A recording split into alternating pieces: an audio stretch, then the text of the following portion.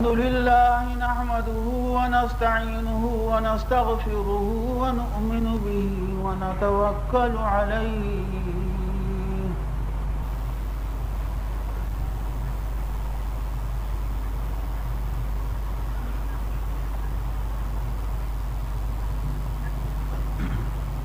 الحمد لله نحمده ونستعينه ونستغفره ونؤمن به ونتوكل عليه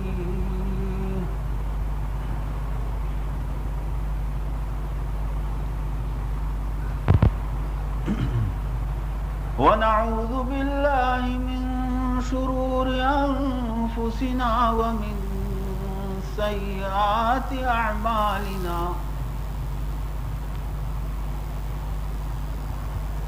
ونعوذ بالله من شرور أنفسنا ومن سيئات أعمالنا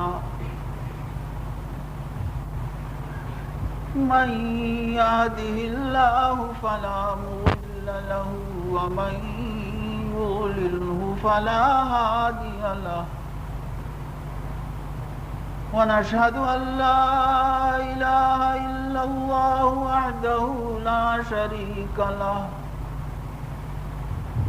لا شريك له ولا مثيل له ولا عديل له ولا ضد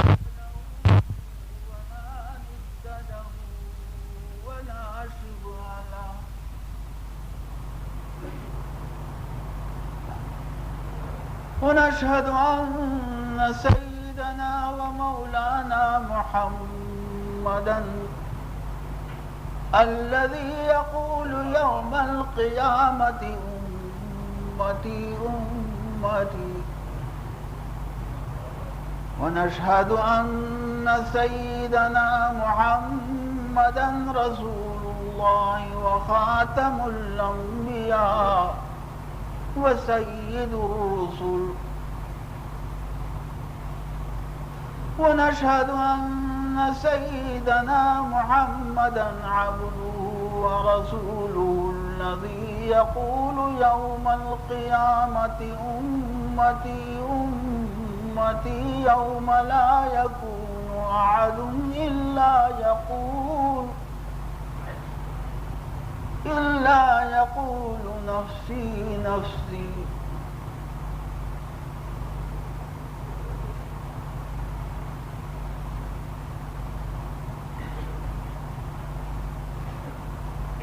صلى الله تعالى عليه وعلى آله وأصحابه الذين هم خلاصة العرب العرباء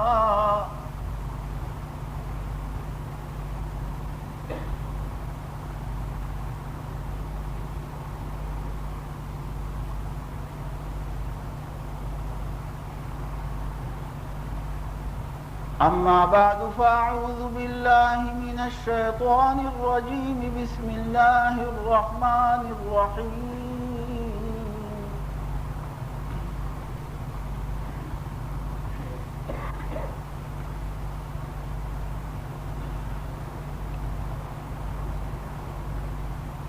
ألم يعن للذين آمنوا أن تخشع قلوبهم لذكر الله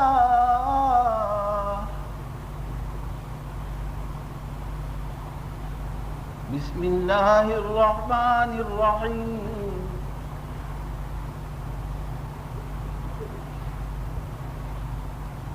ألا بذكر الله تطمئن القلوب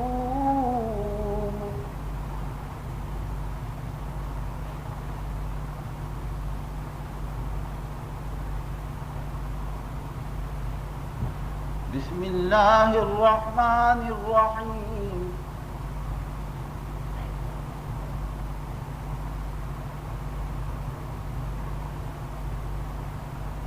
يا أيها الذين آمنوا اذكروا الله ذكرا كثيرا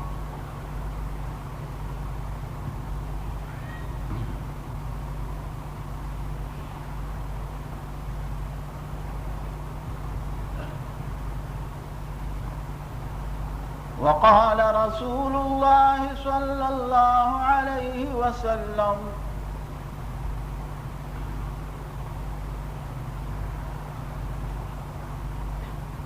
ترى ملائكة الله في السماء مجالس الذكر متلألئة كالنجوم كما يرى أهل الأرض النجوم في السماء متلألئة.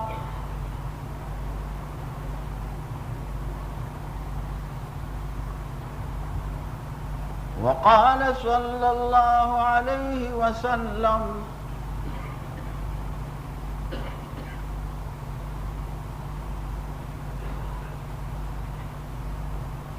قال الله تعالى من عادى وليا لي فقد آذنته بالحرب وما تقرب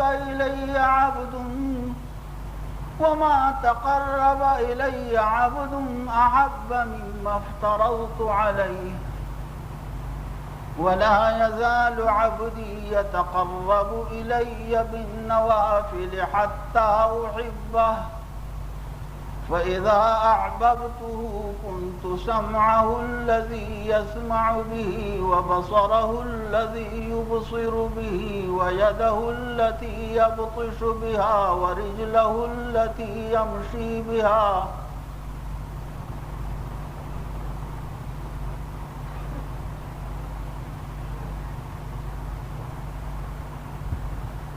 وأعطيته ما يسألني وإن استعاذ بي أعيذه. وقال صلى الله عليه وسلم رب أشعر ذي طمرين لا يعبأ له ترده التمرة والتمرتان لو أقسم على الله لأبره منهم البراء.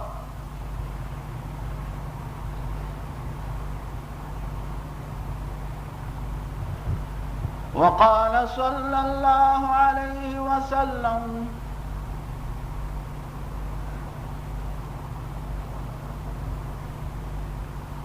أيها الناس اذكروا الله ذكرا كثيرا فإن مثل الذكر كرجل خلفه الأعداء فتحسن في حصن حصين كذلك الذاكر في الحزن من الشيطان.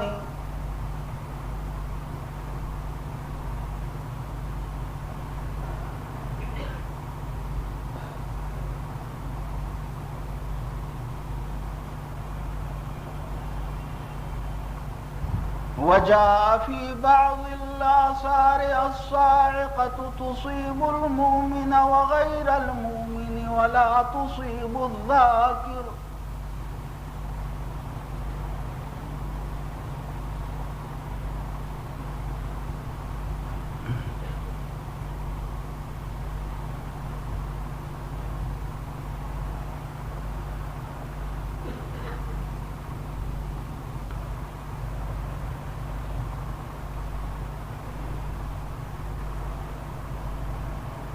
ذکر اللہ فقراء اللہ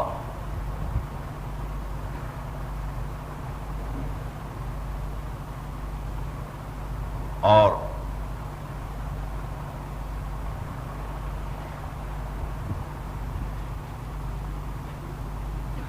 اللہ جل جلالہ کی رضا کے لیے اس مجلس میں شریک ہونے والوں،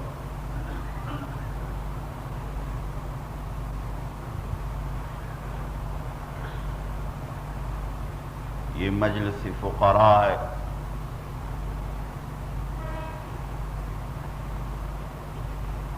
یہ مجلس ذاکرین ہے، یہ ذکر اللہ کی محبین اور عشاق کی محفل ہے۔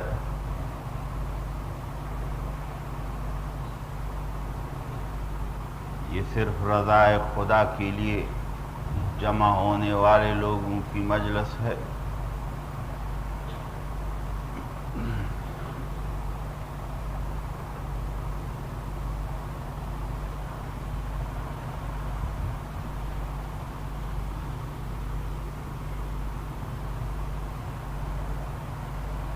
حدیث شریف میں ہے من کان للہ کان اللہ لہ،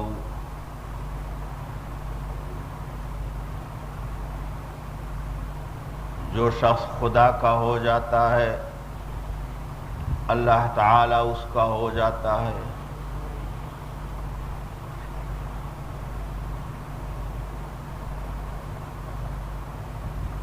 جس شخص کی خدا سے محبت ہوتی ہے، حدیث ھذا کا مطلب یہ ہے کہ اللہ کی بھی اس سے محبت ہوتی ہے۔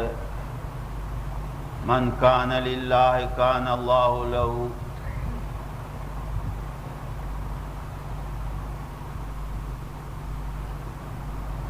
یہ نہایت مبارک نص ہے اور اس میں عظیم خوشخبری ہے۔ آپ جیسے اہل اللہ اور محبین ذکر اللہ کے لیے اور تمام مسلمانوں کے لیے فرماتے ہیں من کان للہ کان اللہ لہ، جو شخص خدا کا ہو گیا اللہ تعالی اس کا ہو جاتا ہے۔ یہ جملہ شرطیہ ہے جو شرط و جزا پر مشتمل ہے اور منطقی لب و لہجہ میں مقدم و تالی پر مشتمل ہے۔ جملہ شرطیہ دو جملوں پر مشتمل ہوتا ہے، ایک پہلا جملہ ایک دوسرا جملہ۔ اس میں ایک بات دوسری بات پر متفرع اور مبنی ہوتی ہے۔ یہاں بھی دو باتیں ہیں، ایک ملزوم ہے اور دوسری بات لازم ہے۔ جب ہم کہیں جب بھی سورج نکل آئے تو دن موجود ہوگا، تو سورج نکلنا ایک بات ہے اور اس کے ساتھ دن کا موجود ہونا دوسری بات ہے جو پہلی بات پر مترتب ہے اور متفرع۔ سورج نکلنے کے ساتھ دن لازم ہے۔ اسی طرح یہ بھی جملہ شرطیہ ہے کہ جو شخص خدا کا ہو جائے اللہ اس کا ہو گیا۔ یہاں دو باتیں ہیں، ایک ملزوم ہے اور دوسری بات لازم ہے۔ ملزوم یہ بات ہے کہ جو شخص خدا کا ہو گیا، آگے دوسری بات لازم ہے، فرماتے ہیں کہ خدا بھی ان کا ہو جاتا ہے، خدا بھی ان کا ہو جاتا ہے۔ اور یہ جملہ شرطیہ لزومیہ ہے، جہاں شرط اور جزا میں لزوم ہوتا ہے، ایک دوسرے سے جدا نہیں ہوتے۔ جس طرح ہم کہتے ہیں جب بھی سورج نکلے تو لازم ہے کہ دن موجود ہوگا، سورج نکلے اور دن موجود نہ ہو یہ نہیں ہو سکتا، یہ لازم و ملزوم ہے۔ یہاں بھی یہی مطلب ہے، اس جملے کا بھی یہی مفہوم ہے کہ جو شخص بھی خدا کا ہو گیا اس کے ساتھ یہ بات لازم ہے کہ خدا بھی اس کا ہو گیا۔ اس میں ذرا بھی شک نہیں ہے کہ ایک شخص خدا کا ہو جائے اور خدا اس کا نہ ہو جائے، یہ کبھی نہیں ہو سکتا۔ جس طرح آپ یہ جانتے ہیں کہ یہ کبھی نہیں ہو سکتا کہ سورج تو پوری طرح عالم تاب اور نکلا ہوا ہو لیکن دن نہ ہو، یہ نہیں ہو سکتا، یہ تو آپ جانتے ہیں۔ تو یہاں بھی یہی ہے، کتنی قیمتی بات ہے۔ یہاں بھی یہی بات ہے کہ جب بھی بندہ خدا کا ہو جائے اللہ فرماتے ہیں میں اس کا ہو جاتا ہوں۔ جس طرح سورج سے دن جدا نہیں ہو سکتا، اللہ فرماتے اے بندہ جب آپ میرے ہو جائے میں آپ سے جدا کبھی نہیں ہو سکتا، میں جدا کبھی نہیں ہو سکتا۔ تو جہاں بھی جاؤ گے تو جو بات بھی کہو گے میری نصرت شامل حال ہوگی، نصرت شامل حال ہوگی۔ من کان للہ کان اللہ لہ۔ پہلی بات جو شخص خدا کا ہو جائے، اب یہ بات معلوم کرنی ہے کہ ایک بندہ خدا کا کس طرح ہوتا ہے۔ اب پھر بعد میں دوسری بات معلوم کرنی ہے کہ خدا اس کا کس طرح بنتا ہے۔ پہلی بات یہ کہ ایک بندہ خدا والا کس طرح بنتا ہے۔ علماء صوفیاء نے اس پر بحث کی ہے اور لکھا ہے کہ تقریباً 20 اسباب ہیں وہ جن سے بندہ خدا والا بنتا ہے۔ 20 اسباب ایسے ہیں۔ 4 اسباب تو ایمان کے بعد فرائض ہیں، نماز ہے، روزہ ہے، حج ہے اور یہ زکوٰۃ ادا کرنا ہے اگر صاحب نصاب ہو۔ 4 امور تو یہ ہو گئے، اور 5واں امر جو ہے صبر کرنا ہے مصائب پر، 6واں جو ہے وہ شکر کرنا ہے اللہ کی نعمتوں پر۔ صبر مصائب پر ہوتا ہے، شکر نعمتوں پر ہوتا ہے۔ جب تک انسان صابر نہ بن جائے، شاکر نہ بن جائے، وہ ذرا تکلیف سے اللہ پر اعتراض کرنے لگے اور ذرا بھی اس کو نعمت ملے وہ اترانے لگے اور شرارتوں پر آمادہ ہو جائے، شکر نہ کرے، وہ بھی خدا والا نہیں بن سکتا۔ شکر بھی اعلیٰ مقام ہے، صبر بھی اعلیٰ مقام ہے۔ قرآن میں ہے ان اللہ مع الصابرین، اللہ فرماتے ہیں میں صابرین کے ساتھ ہوں۔ اللہ فرماتے ہیں وَإِن شَكَرْتُمْ لَأَزِيدَنَّكُمْ، اگر تم جو ہے میرا شکریہ ادا کر لو، اللہ فرماتے ہیں میں مزید نعمتیں دیتا جاؤں گا۔ شکر بھی بہت بڑا مقام، صبر بھی بڑا مقام ہے۔ البتہ علماء کا بھی اور صوفیاء کا بھی، اولیاء اللہ کا بھی اس سلسلے میں ایک علمی اختلاف ہے کہ صبر کا مقام اعلیٰ ہے یا شکر کا مقام اعلیٰ ہے۔ بعض شکر کا مقام اعلیٰ ہے، اس میں 4-5 اقوال ہیں علماء کی۔ بعض علماء توقف کرتے ہیں اور کہتے ہیں دونوں بلند مقام ہیں، ہم نہیں جانتے کہ کون سا۔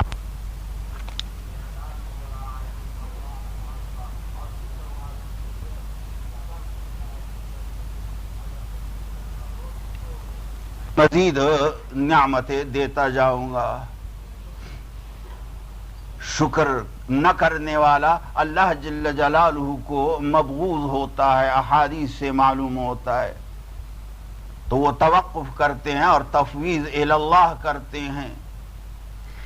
دوسرا قول یہ ہے، بعض علماء یہ کہتے ہیں کہ شکر کا مقام اعلیٰ ہے، شکر کا مقام جو ہے یہ صبر سے اعلیٰ ہے۔ اور تیسرا قول یہ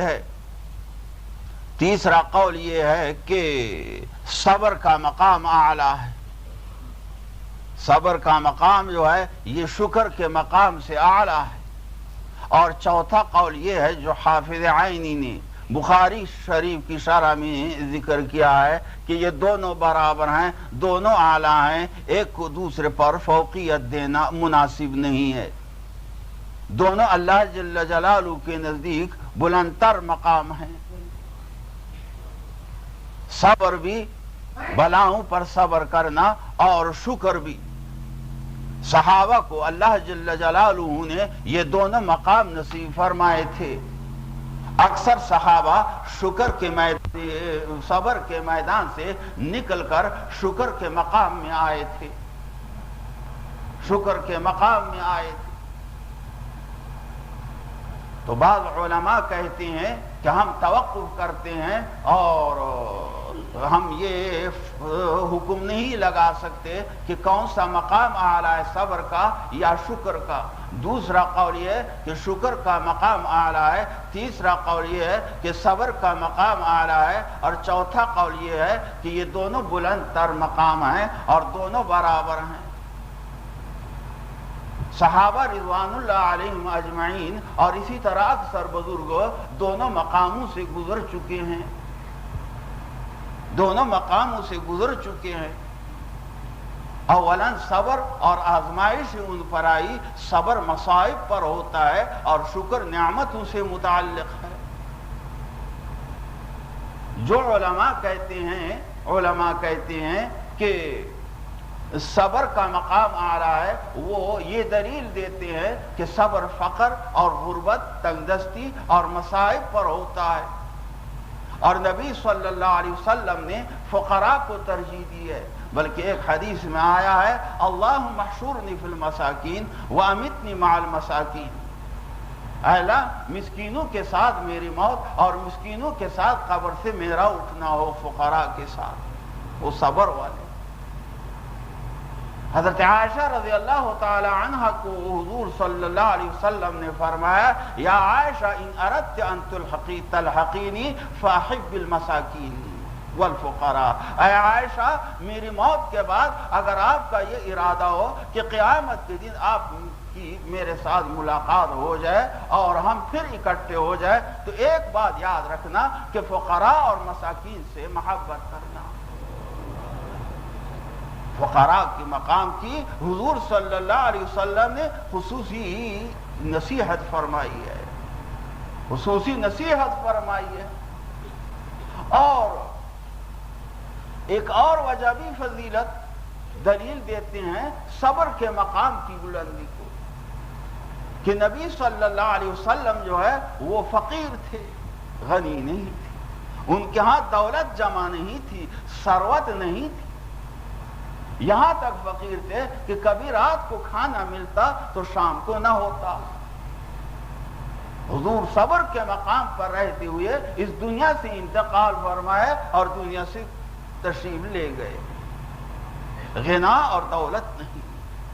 معلوم ہوا کہ یہ مقام اعلیٰ ہے، حضور فقر کی زندگی گزارتے تھے۔ حضرت عائشہ رضی اللہ تعالی عنہا کی روایت ہے واللہ ما شبع آل محمد صلی اللہ علیہ وسلم من حفظ الشعیر فی اليوم مرتين، واللہ صرف میں کیا، صرف ہمارے نبی نہیں بلکہ تمام نبی کا خاندان جس کی 9 بیویاں تھی، ایک دن میں 2 مرتبہ جو کی روٹی بھی سیر پیٹ بھر کر ان کو نصیب نہیں ہوئی، حتی لحق اللہ، یہاں تک وہ دنیا سے تشریف لے گئے۔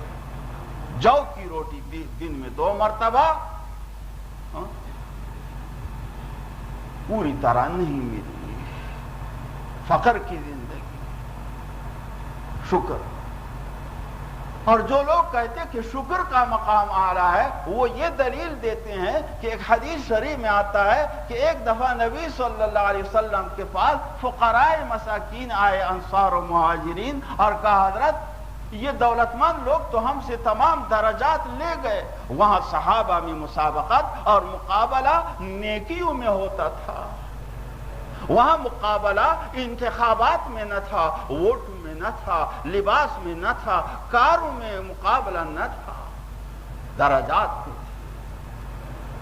جو شخص درجہ جس خدائی درجے سے اور نیکی کے درجے سے مقام سے محروم ہوتا تو وہ روتے تھے صحابہ۔ ابن عمر رضی اللہ تعالی عنہما کی حدیث یاد آئی، وہ عموماً جنازے کی نماز میں شرکت کر لیتے تھے، پھر واپس گھر تشریف لے آتے تھے، بس یہ کام ہو گئے، جو مقصد تھا ثواب کا وہ پورا ہو گئے، آگے کوئی نیا ثواب نہیں ہے۔ ایک دفعہ ابو ہریرہ رضی اللہ تعالی عنہ سے حضور صلی اللہ علیہ وسلم کی یہ حدیث ابن عمر نے سنی، من اتبع جنازة فله قراط، من اتبع جنازة وصلى عليه فله قراط، ومن اتبعه الى ان يدفن فله قيراطان، كل قيراط كجبل احد۔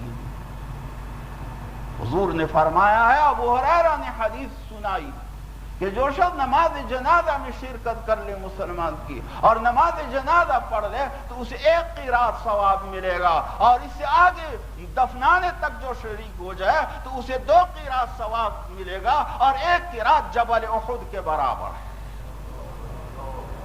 اس حدیث کو سن کر وہ پچھتایا اور کہا یہ حدیث صحیح ہے یا نہیں. ویسے ابو ہریرہ کہتے ہیں صحیح تو تھی، پر دل کی تسلی اور اطمینان کے لیے آدمی بھیجا حضرت عائشہ رضی اللہ عنہا کے پاس. فارسل رجلا نافعا الى عائشہ وقال صلها سمعت عن رسول اللہ صلی اللہ علیہ وسلم فی ذلک هذا حدیث صحیح.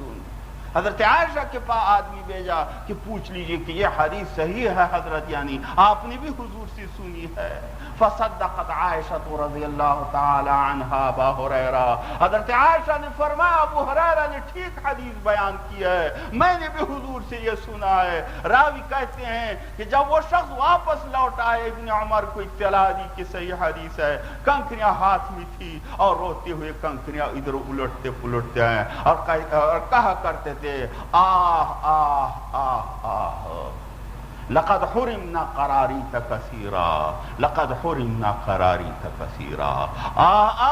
میں تو بہت سی قیراتوں سے محروم ہو گیا ہوں، بہت بڑے درجات اور ثوابوں سے محروم ہو گیا ہوں. میرا تو خیال تھا کہ بس پھر جنازہ کی نماز پڑھنے میں شرکت ہو تو یہ کافی ہے.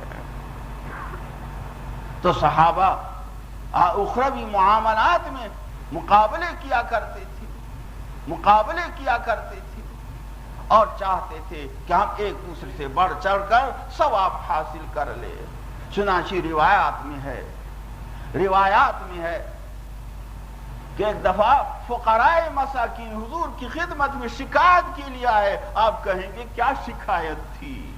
کہیں دولت کی شکایت نہیں، دکان کی شکایت نہیں تھی، دکان کی شکایت نہیں تھی، غربت افلاس کی کبھی وہ شکایت نہیں کرتے تھے حضور کے سامنے، اور کبھی یہ نہیں کہتے تھے کہ حضرت ہم تو بڑی مصائب میں ہیں. روایات میں آیا ہے کہ صحابہ بھوکے اور پیاسے بھی ہوتے تھے، سید کونین صلی اللہ علیہ وسلم کی مبارک آنکھوں کو دیکھ لیتے تمام تکالیفیں ختم ہو جاتی تھی. جنگ خندق میں جب صحابہ روایات میں آیا ہے قرآن میں کسی جنگ کے بارے میں اتنی سخت عبارت نہیں، سخت آیتیں نہیں آئی تکلیفوں کے بارے میں جتنی جنگ خندق کے بارے میں آئی ہے. کہ صحابہ پر بڑی تکلیف آئی، بہت بڑی تکلیف آئے اور ان کا خیال تھا کہ اللہ شاید ہماری مدد نہیں فرمائیں گے. نہایت سخت تکلیف، خود قرآن میں اس تکلیف کا بیان ہے. روایت میں ہے اس لیے کہ ہم بھوکے ہوتے تھے اور کفار کے آنے سے قبل ہم نے مدینہ کے ارد گرد سخت پتھریلی زمین کی خندقیں کھودنی تھی اور ان خندقوں کو مکمل کرنا تھا. لیکن حضور ان خندقوں پر گھومتے تھے جہاں جہاں جگہ جگہ لوگوں کو مقرر کیا تھا یہاں کھودو یہاں کھودو. 10 گز جو ہے 10 آدمیوں کو 20 آدمیوں کو اس طرح کچھ حصے منقسم فرمائے تھے. صحابہ خوش ہوتے اور کسی نے یہ شکوہ نہیں کہ حضرت خندق کیسے کھودیں، ہمیں تو بھوک ہے اور ہم پیاسے ہیں، ہمیں تکلیف ہے. روایات میں آتا ہے کہ ایک دفعہ حضور صلی اللہ علیہ وسلم صحابہ خندق کھود رہے ہیں، حضور تشریف لے آئے تو صحابہ نے عرض کیا حضرت یہ پتھر ہے ہم توڑتے ہیں، یہ پتھر یہ چٹان سامنے آ گئی ہے ٹوٹتی نہیں ہے. حضور نے فرمایا کھدال مجھے دے دو، وہ ہتھوڑا مجھے دے دو. غار میں خندق میں اٹھے اور یوں زور سے مارا اس سے چنگاری اٹھی اور پتھر ٹوٹ گیا. پھر مارا وہ چٹان ٹوٹ گئی اور گھڑا کھودنے کے لیے راستہ بن گیا. صحابہ نے خیال کیا کہیں حضور ناراض نہ ہو جائے اور اپنی قمیصوں کو اٹھا کے پیٹ دکھایا کہ حضرت ہم نے کئی دن سے کھانا نہیں کھایا. ہر ایک شخص کے پیٹ پر پتھر باندھا ہوا تھا کمر سیدھی کرنے کے لیے. مقصد یہ تھا کہ حضرت کہیں ناراض نہ ہو جائے کہ تم بے ہمت ہو. حضور نے فرمایا، حضور نے جب صحابہ کو دیکھا تو اپنی قمیص اٹھائی تو دیکھا حضور کے پیٹ مبارک پر 2 پتھر باندھے ہوئے تھے. واللہ کی روٹی سے بھی ایک دن میں 2 مرتبہ سیر نہیں ہوئے، یہاں تک کہ دنیا سے تشریف لے گئے. حضور نے 2 پتھر دکھائے پیٹ پر باندھنے کا. عرب کا طریقہ تھا کہ کمر سیدھی کرنے کے لیے یہ فرق فرماتے. سیدھی عرض پڑھتے. صحابہ جو ہے بجائے اس کے کی شکایت کرتے، حضور کو دیکھ کر صحابہ کہنے لگے نحن الذین بایعوا محمدا، نحن الذین بایعوا محمدا. حضور خندق پر گھومتے تھے، صحابہ حضور کو دیکھ لیتے، اور یہ حالت تھی حضور کے چہرے کو دیکھ کر خیال ہوتا کہیں اڑ جائیں، کیا کرے، خوشی سے اور محبت سے کہتے تھے نحن الذین بایعوا محمدا علی الجہاد ما بقینا ابدا. ہم نے محمد صلی اللہ علیہ وسلم کے ہاتھ مبارک پر بیعت کیا ہے اور جہاد کرتے رہیں گے جب تک زندہ رہیں گے. حضور بھی خوشی سے جواب دیتے تھے، دیکھتے تھے کہ صحابہ کی حالت میری تو یہ ہے، یہ میرے پروانے اور یہ ان کی غربت والی حالت ہے. فرماتے تھے اللہم ان العیش عیش الآخرہ، اللہم ان العیش عیش الآخرہ فاغفر الانصار والمہاجرہ. اے اللہ زندگی تو صرف آخرت کی زندگی ہے، خوشحالیاں اے اللہ تو آخرت کی خوشیاں ہیں. اے اللہ میرے صحابہ کو دنیاوی راحت نصیب نہیں ہوئی، دنیاوی عیش اور خوشیاں نصیب نہیں ہوئی. اے اللہ میرے صحابہ مہاجرین انصار کو آخرت اور جنت کی خوشیاں نصیب فرما. نحن الذین بایعوا محمدا علی الجہاد ما بقینا ابدا. تو صحابہ شکوے نہیں کرتے تھے بھوک اور پیاس اور افلاس کی، بلکہ وہ مزید خوش ہوتے تھے. ہاں کئی دفعہ جب موقع ہوتا تو حضور کی خدمت میں کبھی ذکر بھی فرما لیتے تھے. ایک حدیث شریف یاد آئی، اصحاب صفہ وہ لوگ تھے جو باہر سے آئے ہوئے ہوتے تھے، مسجد میں ایک جگہ تھی وہاں رہتے تھے بیچارے، ان کے لیے ایک چھوٹا سا چھپر بنایا گیا تھا. بھوکے ہوتے تھے، کسی سے کھانا نہیں مانگتے تھے، کئی کئی دن بھوکے ہوتے تھے.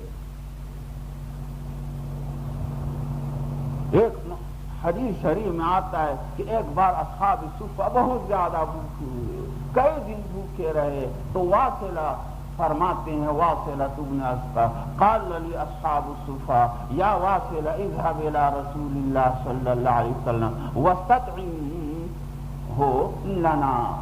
فذهبت الى رسول اللہ صلی اللہ علیہ وسلم وقلت یا رسول اللہ ان اصحاب الصفہ جائعون یستطعمونک. اصحاب صفہ نے ایک بار کہا واصلہ جو ان کا ساتھی تھا، آپ حضور کو بتلا دیجئے وہاں اگر کچھ کھانا مل جائے، ہم بڑے بھوکے ہیں اب اٹھ بھی نہیں سکتے.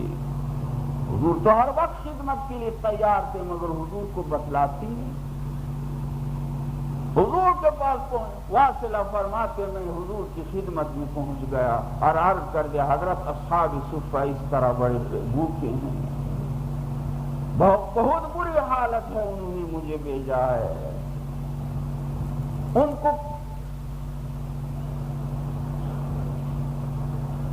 پتا تھا کہ حضور صلی اللہ علیہ وسلم کے پاس بھی کچھ نہیں، ان کی زندگی بھی غریبانہ تھی، وہاں کوئی کھانے کے ڈھیر تو نہیں لگے ہوئے تھے. آئیے سید کونین کے گھر میں پھر کیا مل رہا ہے. حضور نے فرمایا هل عندك شيء یا عائشہ؟ قال لا الا فتات من كسر خبز. قال هاتي فجاءت بجراب فيه فتات خبز فجمعها رسول الله صلى الله عليه وسلم في صحفة وهو يصلحها بيده والكسر ترب حتى امتلأت الصحفة. فقال يا واصلة ادع لي 10 من أصحاب الصفة وأنت عاشرهم. فدعوت 10 فجلسنا وقال وكلوا من حواليها ولا تأكلوا من أعلاها فإن البركة تنزل من أعلاها. حضور نے فرمایا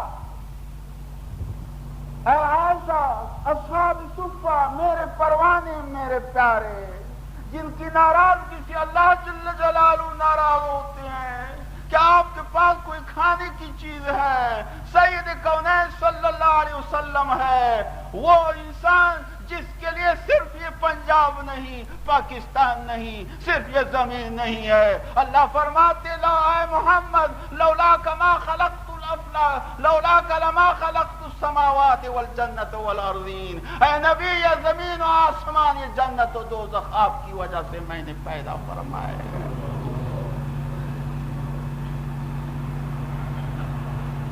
حدیث لولا کا لما خلقت الافلاک موضوع حدیث ہے، تاہم اس کا مضمون صحیح ہے۔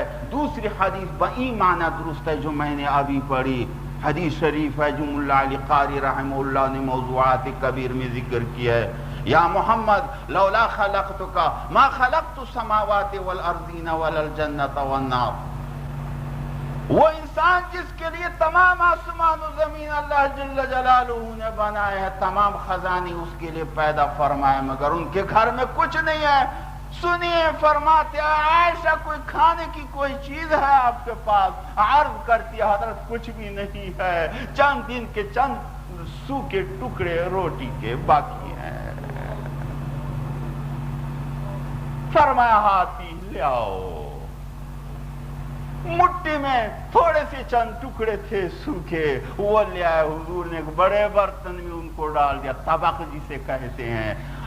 واصلہ کہتے میں دیکھتا ہوں کہ حضور ادھر ادھر ہلاتے ہیں اور وہ ٹکڑے جو ہیں بڑھتے جاتے ہیں اور خود بخود ان میں شوربہ بھی پیدا ہو گیا، یہاں تک کہ وہ برتن پورا ہو گیا، ایک سرید بن گیا۔ بھائی سرید تو آپ نے کبھی کھایا ہی نہیں ہے۔ بھائی سرید اسے کہتے ہیں کہ برتن میں روٹی کھوٹ دے اور ٹکڑے کر کے شوربہ ڈال دے، بڑا مزیدار ہوتا ہے، عرب کھاتے تھے۔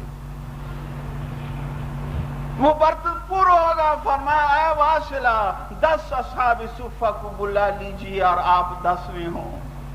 ہم 10 آ گئے، فرمایا بیٹھو کھانا کھاؤ، اور لیکن یاد رکھو سامنے سے کھاؤ، اوپر درمیان سے اٹھا کے مت کھاؤ، برکت درمیان میں نازل ہوتی ہے۔ واصلہ فرماتے فَأَكَلْنَا وَشَبِعْنَا وَصَحْفَتُ كَمَا كَانَتْ، ہم نے کھایا اور سب سیر ہو گئے لیکن برتن اسی طرح۔ حضور نے پھر اپنے ہاتھ سے اس کی اصلاح فرمائی اور پھر برتن میں جو تھوڑی ادھر کمی آئی تھی پھر پورا ہو گیا، اور فرمایا اے واصلہ ادعو لی 10 اخری، مزید 10 آدمی کو بلا لیجئے۔ وہ آئے اور کھانا کھایا، فرمایا اور مزید 10 آدمی کو بلا لیجئے،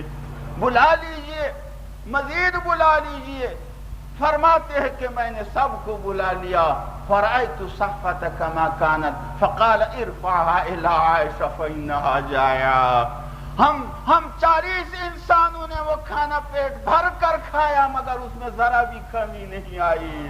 پھر فرمایا اے واصلہ یہ برتن اٹھا کے عائشہ کو دے دے، وہ بھی کئی دن سے بھوکی ہے۔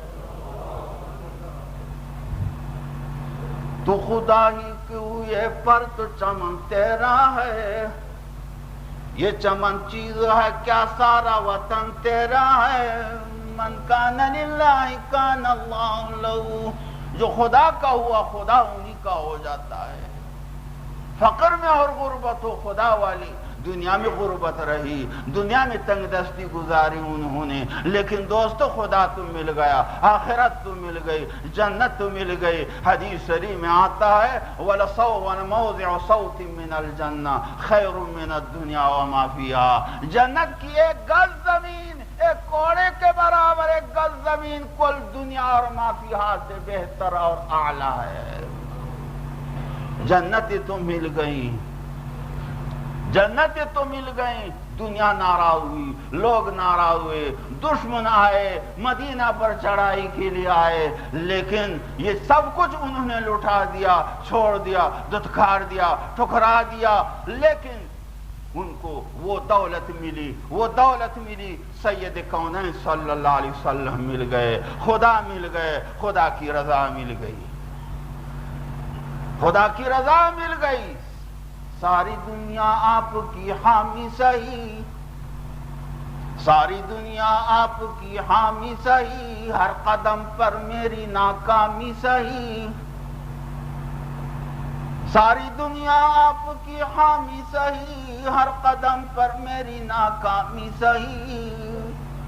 دین اور اسلام میں ہوں سرخرو، کفر کی دنیا میں بدنامی صحیح، سب کچھ اسی لا الہ الا اللہ میں ہے۔ یہ لا الہ الا اللہ کی برکات مل گئے دوستو تو کچھ بھی نہ ملے، یوں سمجھو کہ یہ سودا نہایت اعلیٰ سودا ہے، نہایت اعلیٰ سودا ہے۔ تو صحابہ کبھی کبھار اس طرح ذکر فرما دیتے تھے، لیکن عموماً کبھی یہ نہیں آتا کہ صحابہ نے شکایت کی ہو، یا اصحاب صفہ بھی کبھی نہیں جاتے تھے حضور کے پاس، کبھی ایسا موقع دیکھ لیتے تھے، بھوکے رہتے تھے، جانتے تھے کہ ہم اہل اللہ ہیں، تم بھی اہل اللہ ہو، یہاں جمع ہوئی ہو اللہ اللہ کرنے کے لیے اور اللہ و نبی راستہ سیکھنے کے لیے۔ دعا کرے اللہ جل جلالہ ہمیں ان بزرگوں کی رفاقت اور صحبت نصیب فرمائے اور ان کے نقش قدم پر چلنے کی توفیق مل جائے۔ ان کے صحابہ یہ کبھی نہیں کہتے، شکایتیں نہیں کرتے تھے۔ تو میں یہ عرض کر رہا تھا کہ مقام صبر اعلیٰ ہے، بعض کہتے اور بعض کہتے مقام شکر اعلیٰ ہے، شکر دولت سے متعلق ہوتا ہے۔ جو لوگ کہتے مقام شکر اعلیٰ ہے وہ یہ حدیث دلیل میں پیش کرتے کہ ایک دفعہ فقراء صحابہ آئے حضور کی خدمت میں اور کہا یا رسول اللہ ذهب اہل الثروۃ بالدرجات العلی، حضرت یہ اغنیاء دولت مند لوگ تو تمام آخرت کے درجے سمیٹ کر لے گئے، حضرت ہم تو پیچھے رہ گئے۔ ہم یتصدقون ولا نحن نصلی وهم یصلون، نصوم وهم يصومون لكنهم یتصدقون ولا نستطيع الصدقه۔ ہم نماز پڑھتے ہیں وہ بھی پڑھتے ہیں، ہم روزے رکھتے ہیں وہ بھی روزے رکھتے ہیں، لیکن وہ صدقات کرتے ہیں ہم تو نہیں کر سکتے۔ ان کے پاس دولت ہے ہمارے پاس تو کچھ بھی نہیں ہے۔ حضرت شکایت کرتے کہ حضرت ہم کس طرح یہ ان کے پیچھے پہنچ سکیں گے۔ حضور نے فرمایا اچھا میں تمہیں ایک دعا بتلاتا ہوں کہ کوئی شخص تم سے سبقت نہیں کر سکے گا مگر وہ بھی یہی دعا پڑھے۔ تمہارے نماز کے بعد 33 مرتبہ سبحان اللہ، 33 مرتبہ الحمدللہ پڑھو اور 34 مرتبہ تم اللہ اکبر پڑھو۔ یہ بلند درجہ ہے، بڑے بڑے خوشیار کا واہ عجیب نسخہ مل گیا، بس اب تو پہنچ گئے ہم بھی مقابلے میں۔ چند دن کے بعد پھر حضور کی تعلیمات ڈھکی چھپی تو نہیں تھی کہ بتاتے کہ میں اور کسی کو نہ بتا، وہ تو معلم تھے، سب کو پتہ چل جاتا کہ حضور نے یہ نسخہ فرمایا۔ دولت مند بھی زمان حال کے دولت مندوں کی طرح نہ تھے مولانا دوستو، وہ بھی عجیب اہل اللہ کے فرشتے تھے، جب کوئی نیکی کا مقام ملتا وہ آگے بڑھ چڑھ کر حصہ لیتے۔ ان کو پتہ چلا کہ حضور نے یہ نسخہ بتلایا ہے، پتہ چلا کہ حضور صلی اللہ علیہ وسلم نے یہ نسخہ بتلایا تو انہوں نے بھی یہ دعا پڑھنا شروع کر دیا۔ چند دن کے بعد پھر فقراء شکایت کے لیے آئے اور کہا حضرت تو دولت مندوں نے تو وہ دعا سن لیا، وہ بھی یہ عمل کر رہے ہیں۔ حضور فرماتے ذالک فضل اللہ یعطیہ من یشاء۔ دوستو تو یہ اللہ کی فضیلت ہے جو ان کو مل گیا اور میں کیا کروں، ان کو روک تو نہیں سکتا، بس صبر کرو۔ اس سے معلوم ہو گیا کہ شکر والوں کا مقام بلند ہے، بلند۔ لیکن بہت سے لوگ محدثین با فقراء جو صوفیاء ہیں وہ فقر کو زیادہ ترجیح دیتے ہیں کہ فقر حضور کی حالت فقیرانہ تھی۔ اگر حضور چاہتے فرماتے کہ تمام پہاڑ میرے ساتھ سونا بن کر چلتے مگر میں نے فقر کی زندگی اختیار کی، حضور نے فرمایا ہے۔ تو فقر والی زندگی اعلیٰ ہے، حضور نے اسی کو ترجیح دی ہے۔ بعض اغنیاء اور بعض لوگ یہ دلیل پیش کرتے ہیں، ایک دفعہ مناظرہ ہوا فقراء میں اور اغنیاء اصحاب شکر اور اصحاب صبر میں۔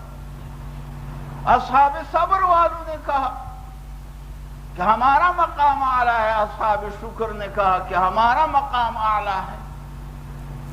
اصحاب شکر میں کئی مولوی بھی تھے، انہوں نے کہا دولت مند، انہوں نے کہا کہ شکر اعلیٰ مقام ہے، اس لیے کہ آخرت میں یعنی جنت میں جو سب سے اعلیٰ زندگی ہے وہاں شکر کا مقام ہوگا، صبر کا مقام نہیں ہوگا۔ صبر تو تکلیف پر ہوتی ہے، وہاں تو تکلیف ہے ہی نہیں، وہاں تو کھانا ہی پینا ہے، کھانا ہی پینا ہے، جو کچھ جی میں آئے وہی کچھ مل جائے گا، وہ تو شکر کا مقام ہے۔ صبر اعلیٰ ہوتا تو وہاں بھی ہوتا، مگر اہل صبر والے بھی فقراء اللہ، ان میں سے ایک بزرگ نے جواب دیا کہ یہ ٹھیک ہے کہ جنت میں شکر کا مقام ہوگا، مگر وہ شکر کا مقام تو صبر کے مقام کا نتیجہ اور ثمرہ ہے۔ دنیا میں صبر اور تکلیفیں اٹھا کر یہ نماز صبر نہیں تو اور کیا ہے؟ کہاں نفس چاہتا ہے کہ اٹھے؟ یہ روزہ صبر نہیں تو اور کیا؟ یہ تمام چیزیں عبادات جو ہیں یہ صبر اور تکلیفوں کا مقام ہے، انہیں کے بدلے میں جنت ملتی ہے اور جنت کی نعمتیں ملتی ہیں۔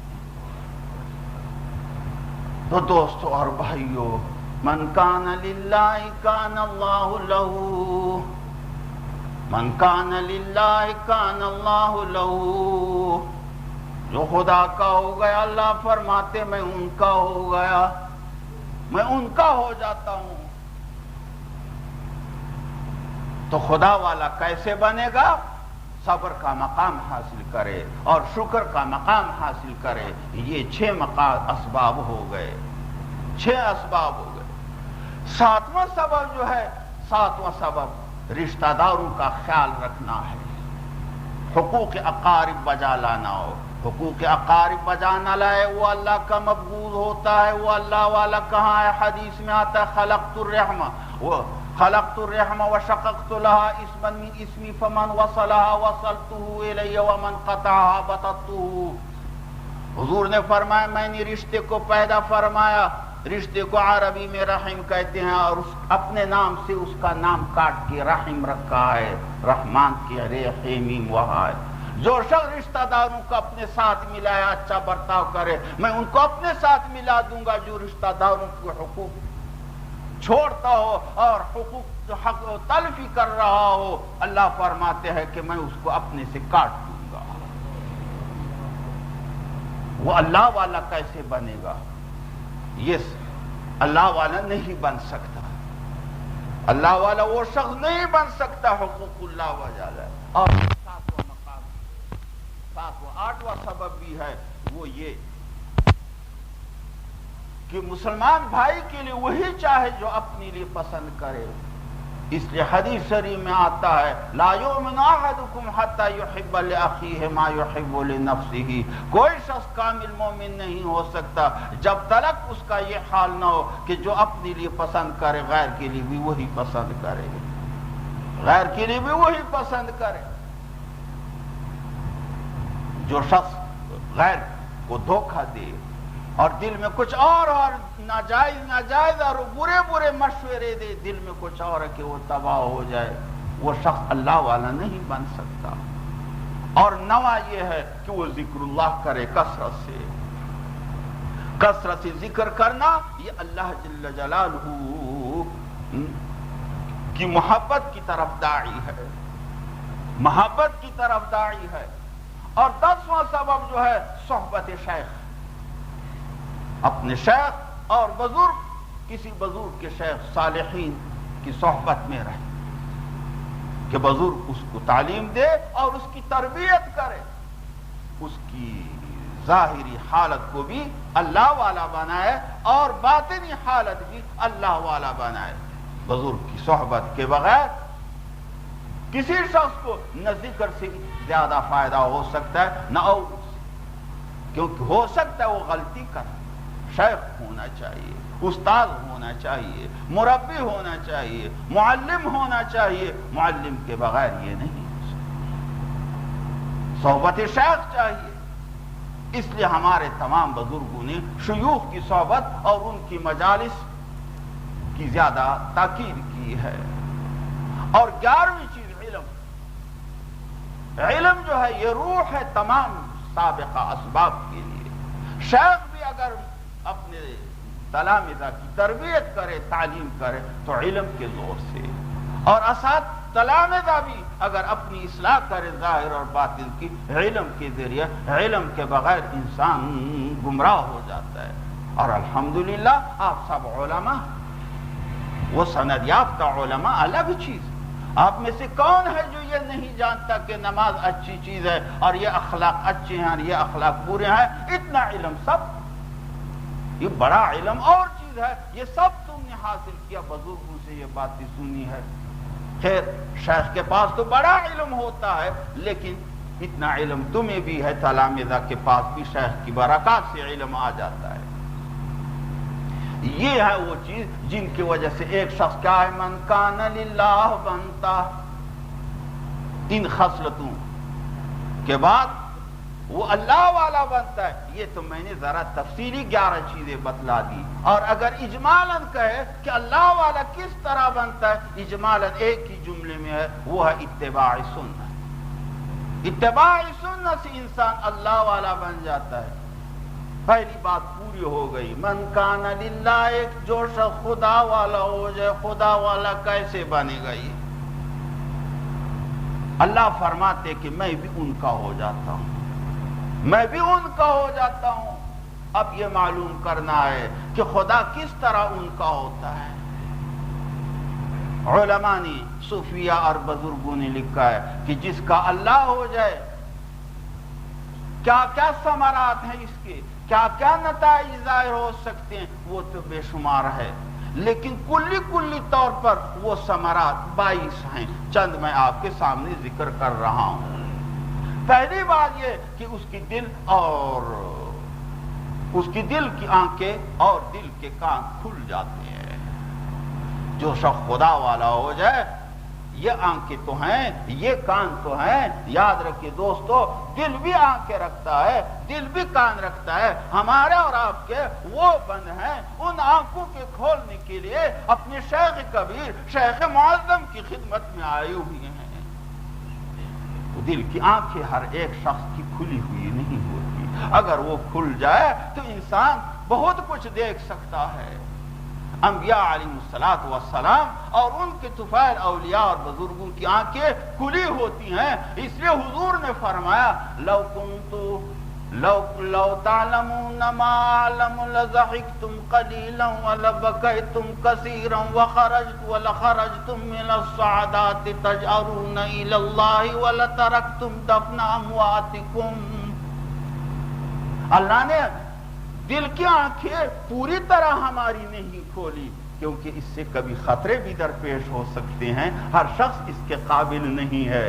حضور نے فرمایا اگر تم وہ چیزیں دیکھتے جو میں دیکھتا ہوں، وہ احوال دیکھتے آسمان و زمینوں میں جو میں دیکھتا ہوں، قبروں میں کیا ہو رہا ہے جو میں دیکھتا ہوں، اگر تم وہ دیکھتے کہ فلان دوزخ میں جل رہا ہے، فلان پر قبر میں آگ لگی ہوئی ہے، فلان کو قبر نے گھیر لیا ہے، فلان کو قبر میں سانپ لگی ہوئی ہیں، اگر وغیرہ اس قسم حالات تم دیکھتے تو تم ہنسی چھوڑ دیتے، شب و روز گریہ و فغاں میں مشغول ہوتے، اور مردوں کا دفنانا چھوڑ دیتے اور جنگلوں کی طرف چلے جاتے، شب و روز آہو بکا کرتے۔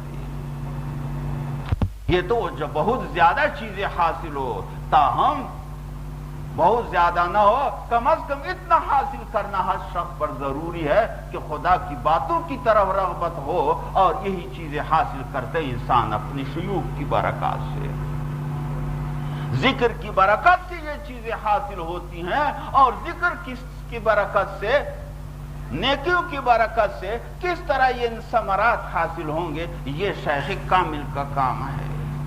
وہ بتلاتا ہے کہ اس طرح استعمال کرنے سے اور اس کے بتلانے سے معاملہ آسان ہو جاتا ہے، آسان ہو جاتا ہے۔ تو اول تو یہ کہ دل کی آنکھیں کھل جاتی ہیں، کسی کی پھر تھوڑی کھل جاتی ہے، کسی کی بہت زیادہ کھل جاتی ہے، کوئی کسی کی بہت دور ہو جاتی ہے۔ اولیاء اللہ کی کرامات اس قبیل سے ہے، ان کی آنکھیں کھلی ہوئی ہوتی ہیں، حق کی باتیں دیکھتے ہیں، حق کی آوازیں سنتے ہیں، حق کی محبت دل میں آتی ہے، اور شیطانی امور کی نفرت آتی ہے۔ یہ بہت بڑی سعادت ہے، یہ آنکھیں جب کھل جائے تو انسان کی زندگی کا بیڑا پار ہو جاتا ہے.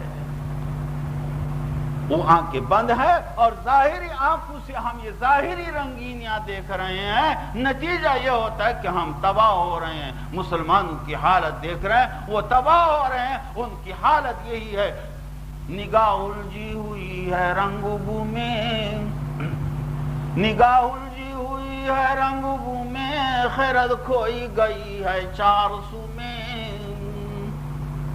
نہ چھوڑے دل فغانے صبح گاہی، نہ چھوڑے دل فغانے صبح گاہی، اما شاید ملے اللہ میں.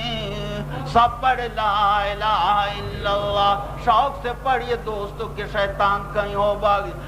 لا الہ الا اللہ، لا الہ الا اللہ، لا الہ الا اللہ، لا الہ الا اللہ محمد الرسول اللہ.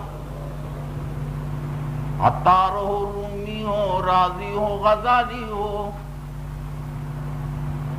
ظاہری آنکھیں جتنی بھی کھل جائیں کچھ بھی نہیں ہے جب تک دل کی آنکھیں نہ کھلے. عطار ہو، رومی ہو، رازی ہو، غزالی ہو، عطار ہو، رومی ہو، رازی ہو، غزالی ہو، کچھ کام نہیں بنتا بے آہ سحرگاہی. لا الہ الا اللہ، لا الہ الا اللہ محمد الرسول اللہ. آنکھیں کھل جاتی ہیں. دوسری بات یہ کہ وہ اللہ کا محب تھا، محبوب بن جاتا ہے. من کان للہ میں اللہ کا محب تھا، اور جب خدا اس کا ہو جائے جس کے معنی یہ ہے کہ وہ خدا کا محبوب اور معشوق بن گیا. اور ادنا سا عاشق دنیاوی دوست تو معشوق کو نہیں چھوڑتا، اور جہاں تک ہو سکے اس کی مدد کو کرتا ہے. تو اللہ جل جلالہ کی عظیم قدرت ہے، وہ کریم و حکیم ہے. جو بندہ اس کا محبوب ہو جائے اللہ کس طرح اس کو رسوا کرے گا؟ اصلا رسوا نہیں کر سکتا. دنیاوی عشق والے اپنے معشوق کو نہیں چھوڑتے. اللہ فرماتے بندے تم میرے ہو جا، میں تیرا ہو جاؤں گا. جس طرح آفتاب نکلنے کے ساتھ دن کا آنا، اجالا آنا لازم ہے، تو جب میرا ہو جائے تو میرا تیرا ہونا جو ہے، اور یہ کہ میں تیرا ہو جاؤں یہ بالکل لازم ہے. کبھی جدا نہیں ہوں گا. اللہ کبھی نہیں چھوڑیں گے، رسوا نہیں کریں گے.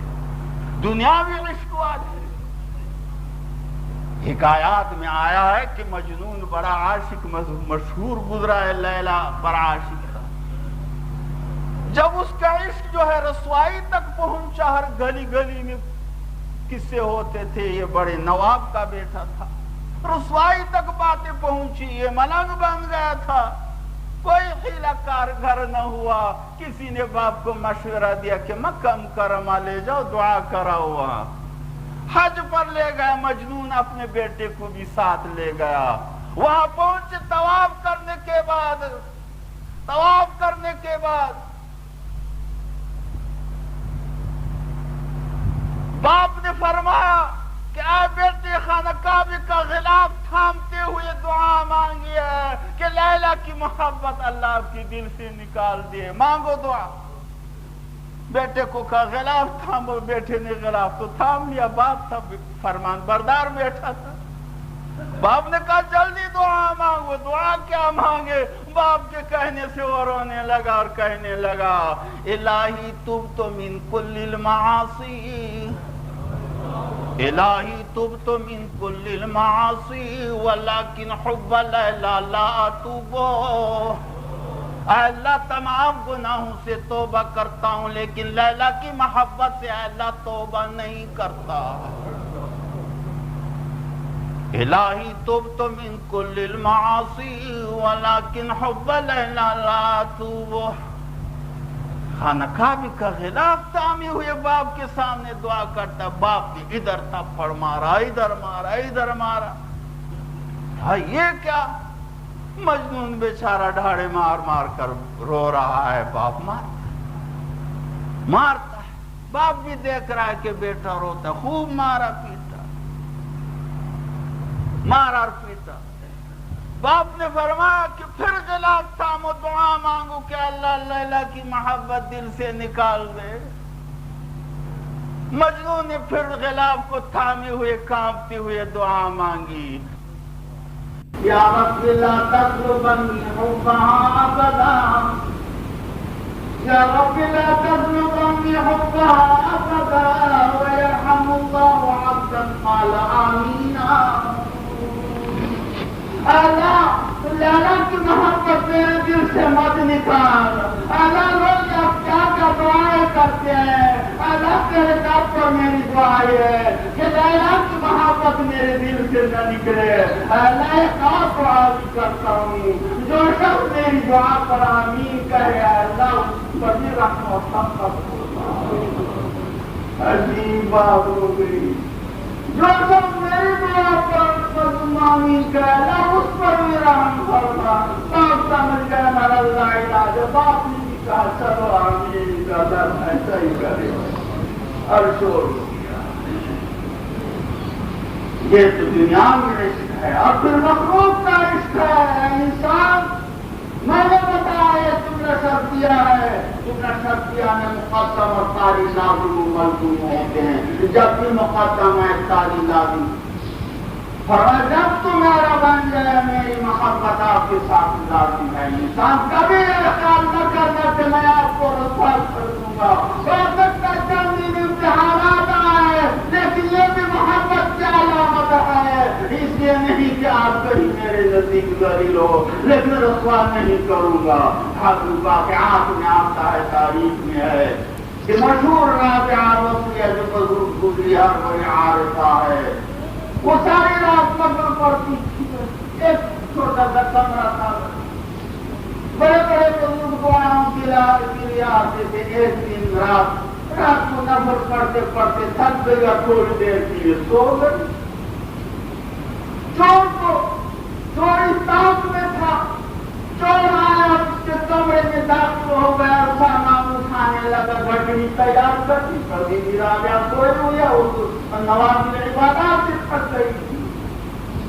گھٹنی تیار کر سر پر گھٹنی رکھی تو کمرے کو تلاش کر رہا ہے، اس سے دروازہ نہیں مل رہا، ڈاکا دروازہ نہیں ملتا۔ اس کا پھر کوئی بات نہیں ہے، گھٹنی رکھ دیا اور تلاش کیا، دروازہ مل گیا، کھول دیا، واپس آ گھٹنی اٹھائی، دیکھا کہ دروازہ ٹٹولتا ہے، دروازہ کہیں ملتا ہی نہیں ہے، گھٹنی رکھتا ہے، دروازہ کھولتا ہے، واپس آتا ہے تو دروازہ نہیں مل رہا۔ نہ معلوم کتنے گھنٹے اس پر گزر گئے۔ من کان للہ کان اللہ لہ، کہیں گھٹنی رکھتا ہے، کہیں دروازہ کھولتا ہے۔ سب کا بھی کیا تو کمرے کے کونے سے غائبانہ آواز آئی، یا سارق دہل قماش وخرجو فإن نامت الحبیبۃ فاللہ یقدر۔ ایسا وقت سب سامان رکھ کر نکل جا، اگر ہماری حبیبہ سو گئی تو کیا ہوا؟ اللہ تو بیدار ہے، اللہ تو بیدار ہے، وہ تو دیکھ رہے ہیں، وہ تو دیکھ رہے ہیں۔ میں کھو کے تیری راہ میں سب دولت دنیا،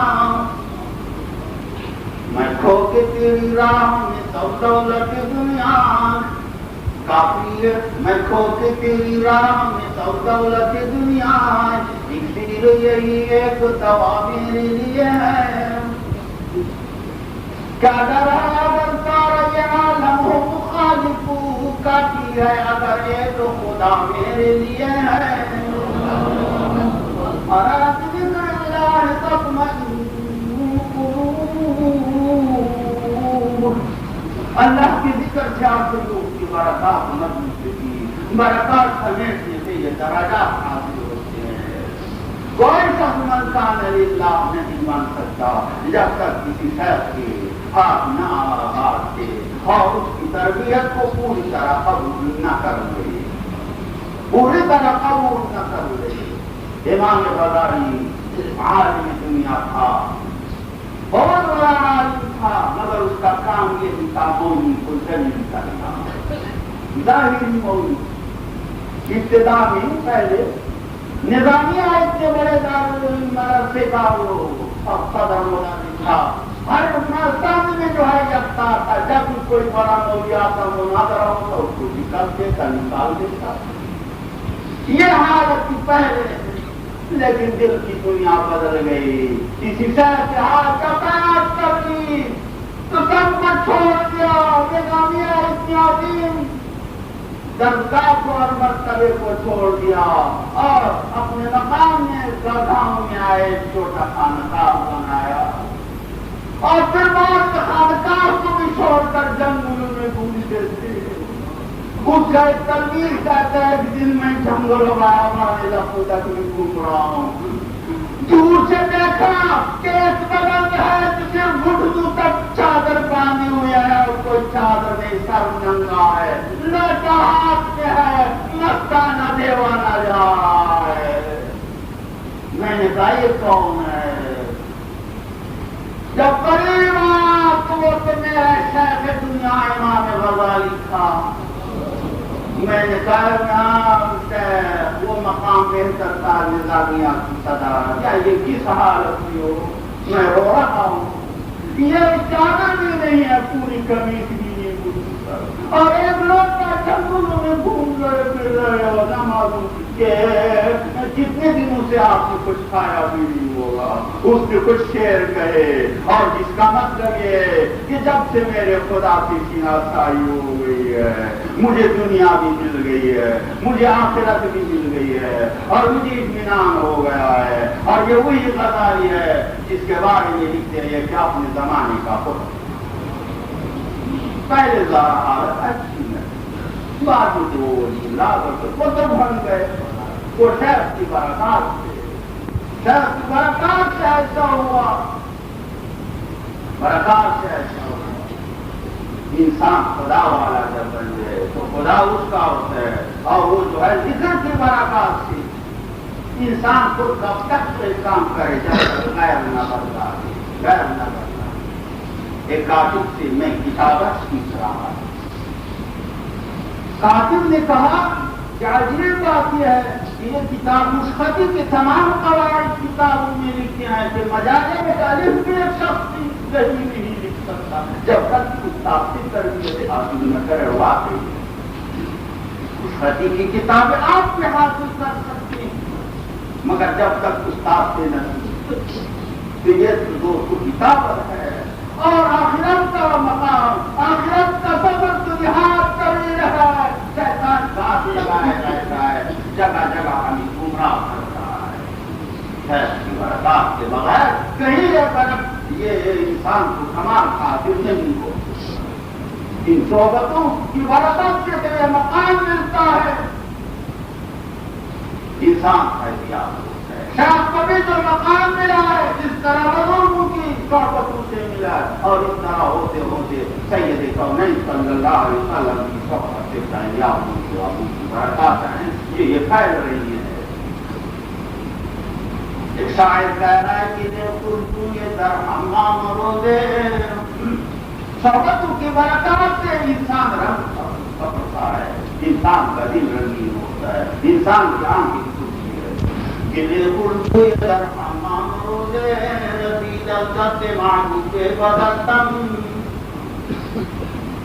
شاعر کہہ رہا ہے کہ یہ مطلب اس خوشبودار مٹی مجھے کسی نے عجیب معطر کی خوشبودار مٹی اور خوشبو کا کیا تھا.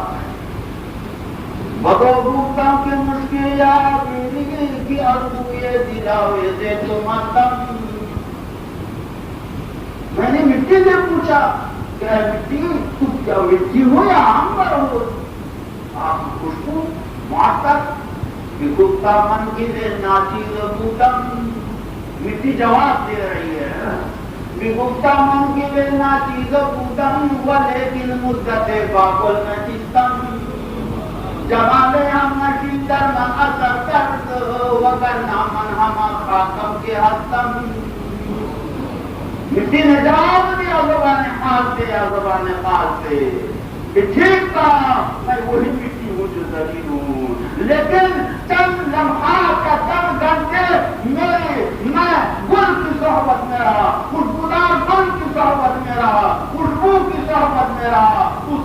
صحبت سے میں معطر ہوں، یہ صحبت سے میں بھی معطر ہوں۔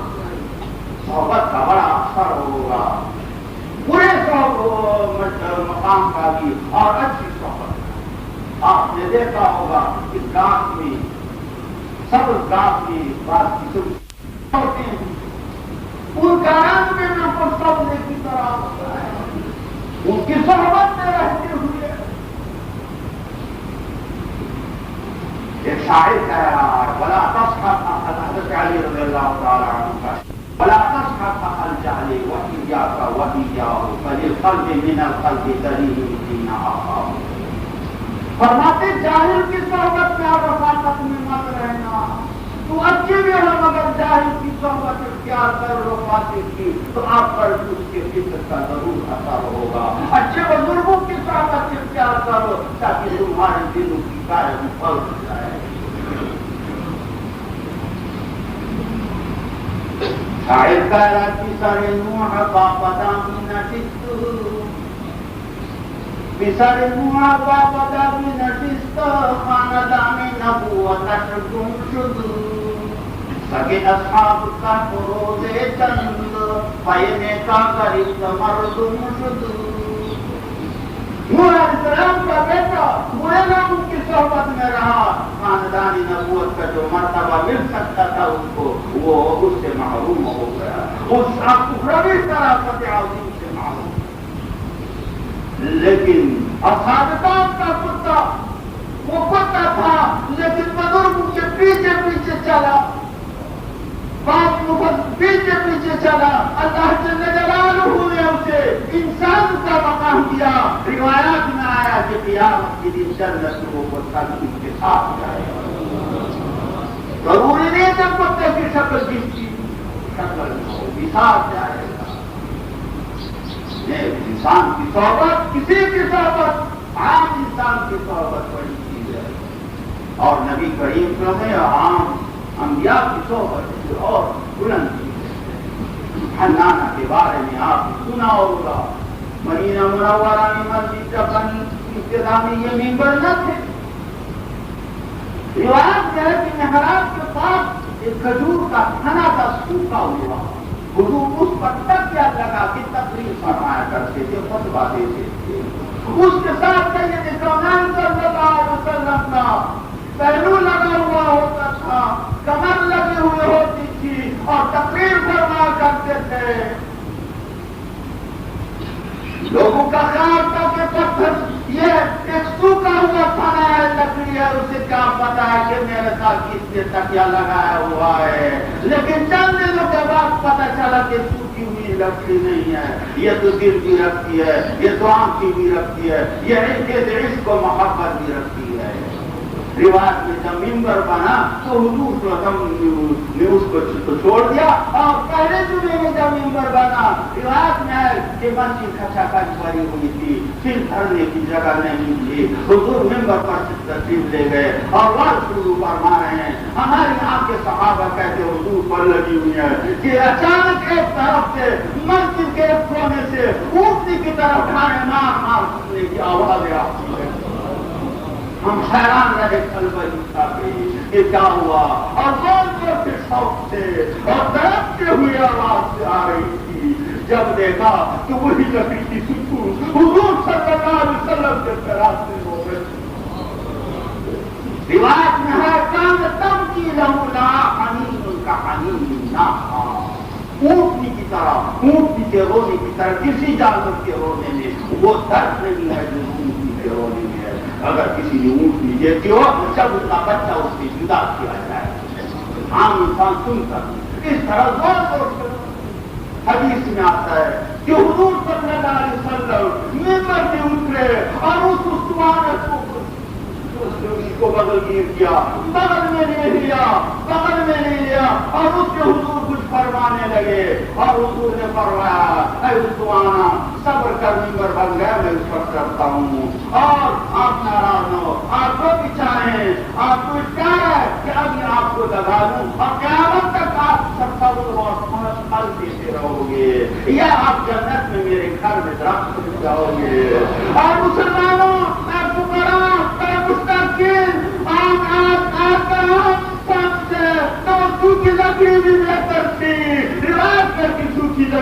گا کہ حضرت دنیاوی زندگی نہیں چاہتی میں قیامت کے دن جنت آدم میں آپ کی رفاقت چاہتی ہوں۔ روایت میں ہے کہ وہ لکڑی جو ہے بلکتے جیسے بلکتے اس کا رونا بند ہوتا رہا آہستہ آہستہ، جیسے کہ بچہ زور سے رو رہا ہو اور اس کی ماں تسلی دے رہی ہو اور آہستہ آہستہ رونا کم ہوتا ہو، اس طرح اس کا رونا کم ہو رہا تھا۔ نبے وسطم دری گوستا سارا دل، زندگی یوں ہوئی آخرت کی زندگی ہے۔ نبے وسطم دری گوستا سارا دل، دے بندے ایمان آزاد رفتم۔ یہاں سے جانا ہے دوستو، مبارک وہ ہے جو یہاں دل باندھے نہ بلکہ آخرت سے باندھے۔ ہاں کچھ کمالات کر دکھائے، نمازیں پڑھ لے، اللہ والی باتیں کر لے۔ نبے وسطم دری گوستا سارا دل، دے بندے ایمان آزاد رفتم۔ چبا دی سور گردی دمدمی چند، گلارا آب رنگے تاتا رفتم۔ لا الہ الا اللہ بولتے بڑھا، لا الہ الا اللہ، لا الہ الا اللہ۔ رمضی سے پیار مشہور ہے ہمیں، گلارا آب رنگے تاتا رفتم۔ آپ یہاں کس لیے آئے ہو؟ یہ شیوخ کیا کرتے ہیں؟ یہی کام تو کرتے ہیں کہ آپ انسانیت کے پھول ہیں، آپ اللہ کے پھول ہیں، آپ کے دلوں کو وہ رنگ دیتے ہوئے یہاں سے رخصت ہو جاتے ہیں۔ ہمارا کہ آپ سے سپرد کر دیتے ہیں، ہمارا کا کام ہے کہ آپ آپ دلوں کو رنگ دیتے جائیے اور یہی اس دنیا میں رہے گی۔ نبے وسطم در گن چبادے چور گردی دمدمی چند، چبادے چور گردی دمدمی چند، گلالا آب رنگے تاتا رفتم۔ اس طرح دنیا سے چلے جائے، یہاں کا دل جانا ہی چاہیے، اس میں رنگ دے سکو یعنی دین کی خدمت کر سکو، یہی غنیمت آگے جانا ہے یا دل۔ نبے وسطم دری گوستا سارا دل، یہ بے وقت کرنے کی جگہ نہیں ہے دوستو۔ صحابہ اسی مقام میں سب سے اعلیٰ تھے، اسی مقام میں صحابہ سب سے اعلیٰ تھے اور یہی درجے میں سب سے اعلیٰ مقام ان کو حاصل تھا، سب سے اعلیٰ مقام حاصل تھا۔ تجارت بھی کرتے تھے، سب کچھ کرتے تھے، مگر دل ان کا اللہ رسول کے ساتھ لگا ہوا تھا۔ روایات میں ہے کہ عبدالرحمن بن عوف سب سے بڑے دولت مند صحابی تھے۔ ایک دفعہ حضور نے کہا عبدالرحمن دنیا کی بہت بڑی بڑھ گئی ہے، خیرات کا خدا کیا سب کچھ ختم کر، فرمایا لگ گئے سامنے امتحان کا، فرمایا لبیک ابھی جا رہا ہوں گھر سے اٹھا، روح کی مدد سے اٹھا گھر کی طرف جا رہا ہوں۔ خود عبدالرحمن فرماتے ہیں کہ میں راستے میں جا رہا ہوں اور میں سوچتا ہوں کہ یہ چیز اس کو دوں گا، یہ فلاں کو دوں گا، یہ دعویٰ فلاں کو دوں گا، اتنی دولت کہ کوئی 30 آدمی شمار کرے نہیں ہوگی، سارا شمار نہیں کر سکتی۔ یہ سوچتا ہوں کہ اب کس طرح دوں گا، یہ فلاں کو دوں گا کہ پیچھے سے وحی آئی اللہ کی طرف سے، حضور نے آدمی دوڑایا، واپس بلایا، گھر تک نہیں پہنچا، واپس آیا، حضور نے پڑھا عبدالرحمن اپنی دولت اپنے پاس رکھ کو لے کے جا کر زکات ادا کر اور مسلمان کے حقوق بجا لا، ٹھیک ہے حضور کو ایک دیکھا بڑے دولت مند تھے مگر حضور نے فرمایا نکل جا دولت چھوڑ دے، فرمایا لبیک۔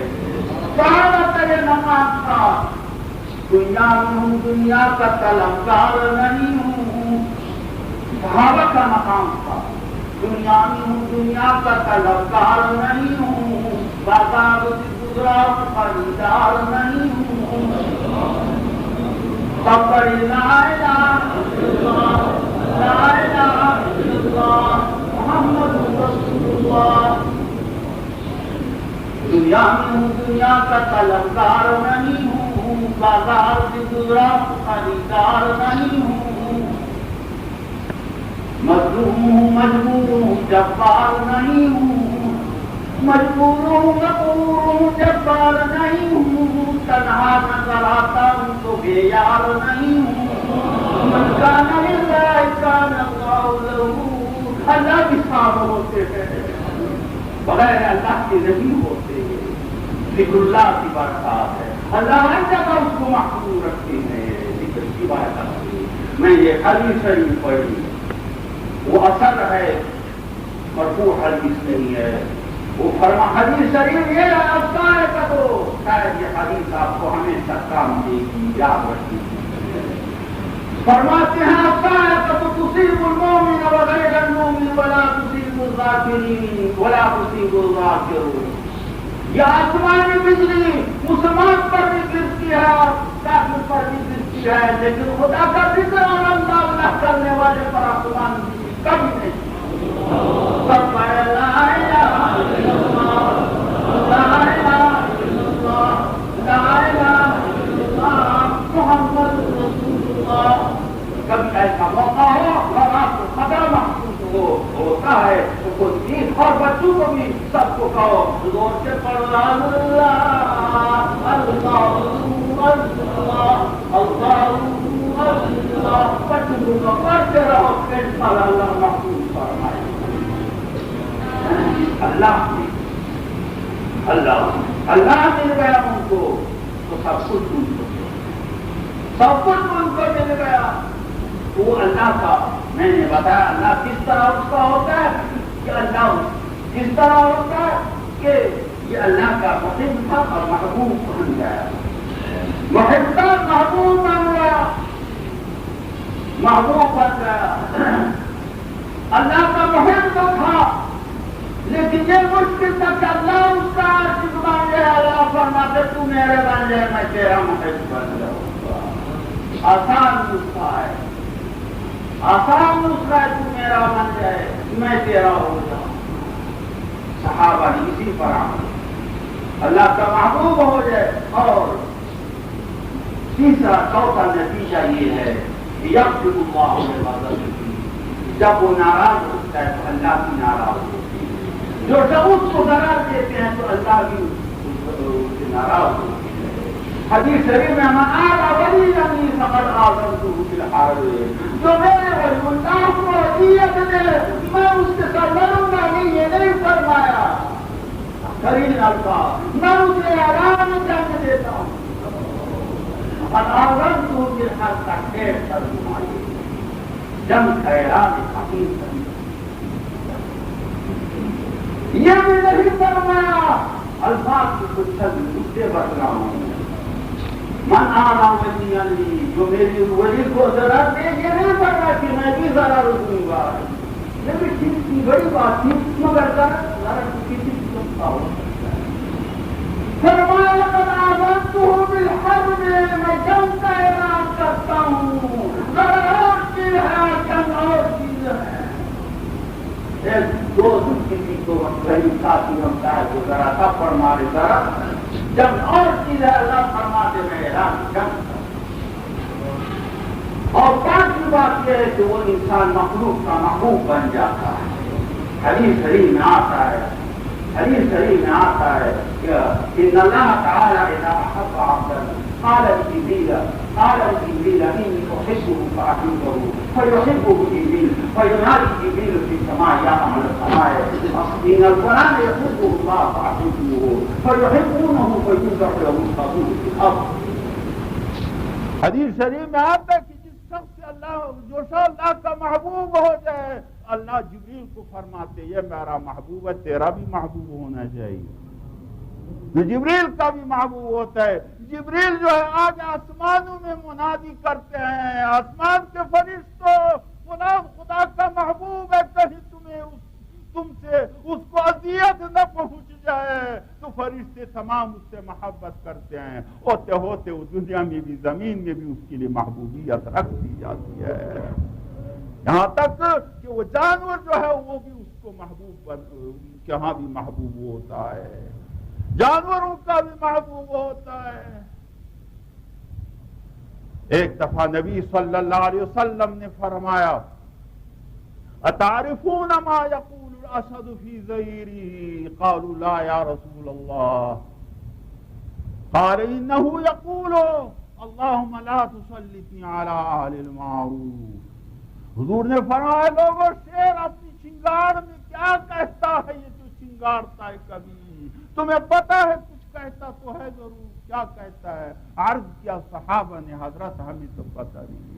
فرمایا شیر اپنی چنگاڑ میں یہ کہتا ہے اللہ کہیں میرے ہاتھ سے نادانستہ طور پر اہل اللہ کو نقصان نہ پہنچ جائے, اہل اللہ کو نقصان نہ پہنچ جائے. یہ دعا مانگتا ہے کہ ان کو نقصان نہ پہنچے. سفیان ثوری عظیم تابعی ہیں, جلیل القدر انسان ہے, مکہ مکرمہ میں رہے مدت. وہ فرماتے ہیں کہ ایک شہر میں رہ رہا تھا, وہاں شیعہ وغیرہ کچھ اس محلے میں زیادہ تھے. سفیان ثوری فرماتے ہیں وَكَانَ فِي طَرِيقِي إِلَى الْمَسْجِدِ كَلْبٌ يَعْقِرُ النَّاسَ. ہمارے راستے میں ایک نہایت بگوڑا کتا تھا جس نے بڑے لوگوں کو کاٹا تھا, زخمی کیا تھا. جب کبھی چوٹ جاتا ہے یا خاص وقت وہ لوگوں کو نہیں چھوڑ حملہ ہوتا, زخمی کر کے کاٹ دیا.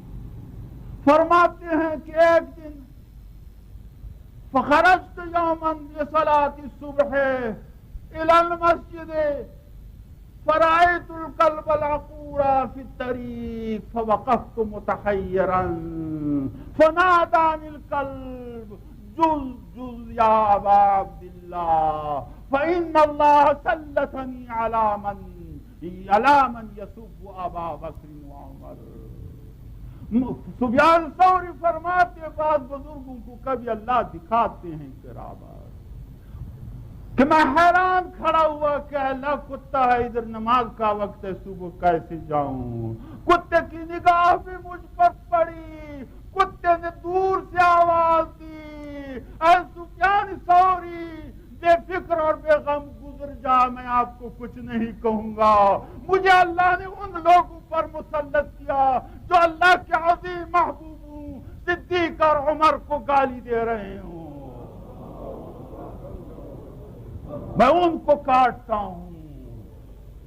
صدیق و عمر کا مقام اللہ کے رسول مقام تھا, میں ان کو اذیت دے رہا ہوں, آپ گزر جائیے, آپ کو کچھ نہیں کہوں گا.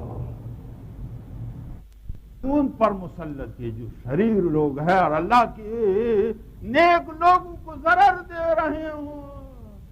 صدیق کا مقام, صدیق نے تکلیفیں اٹھائیں, مال و دولت لٹا دیا, سب کچھ چھوڑ دیا, سب کچھ کو دشخار دیا اور دنیا اس کی دشمن ہو گئی.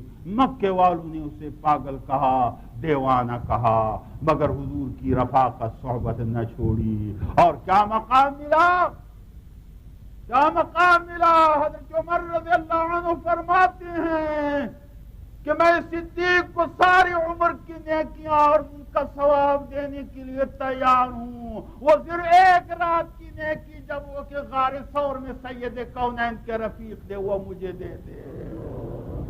جان لقب ملا ثانی اثنین فی الغار اذ یقول لصاحبہ لا تحزن ان اللہ معنا.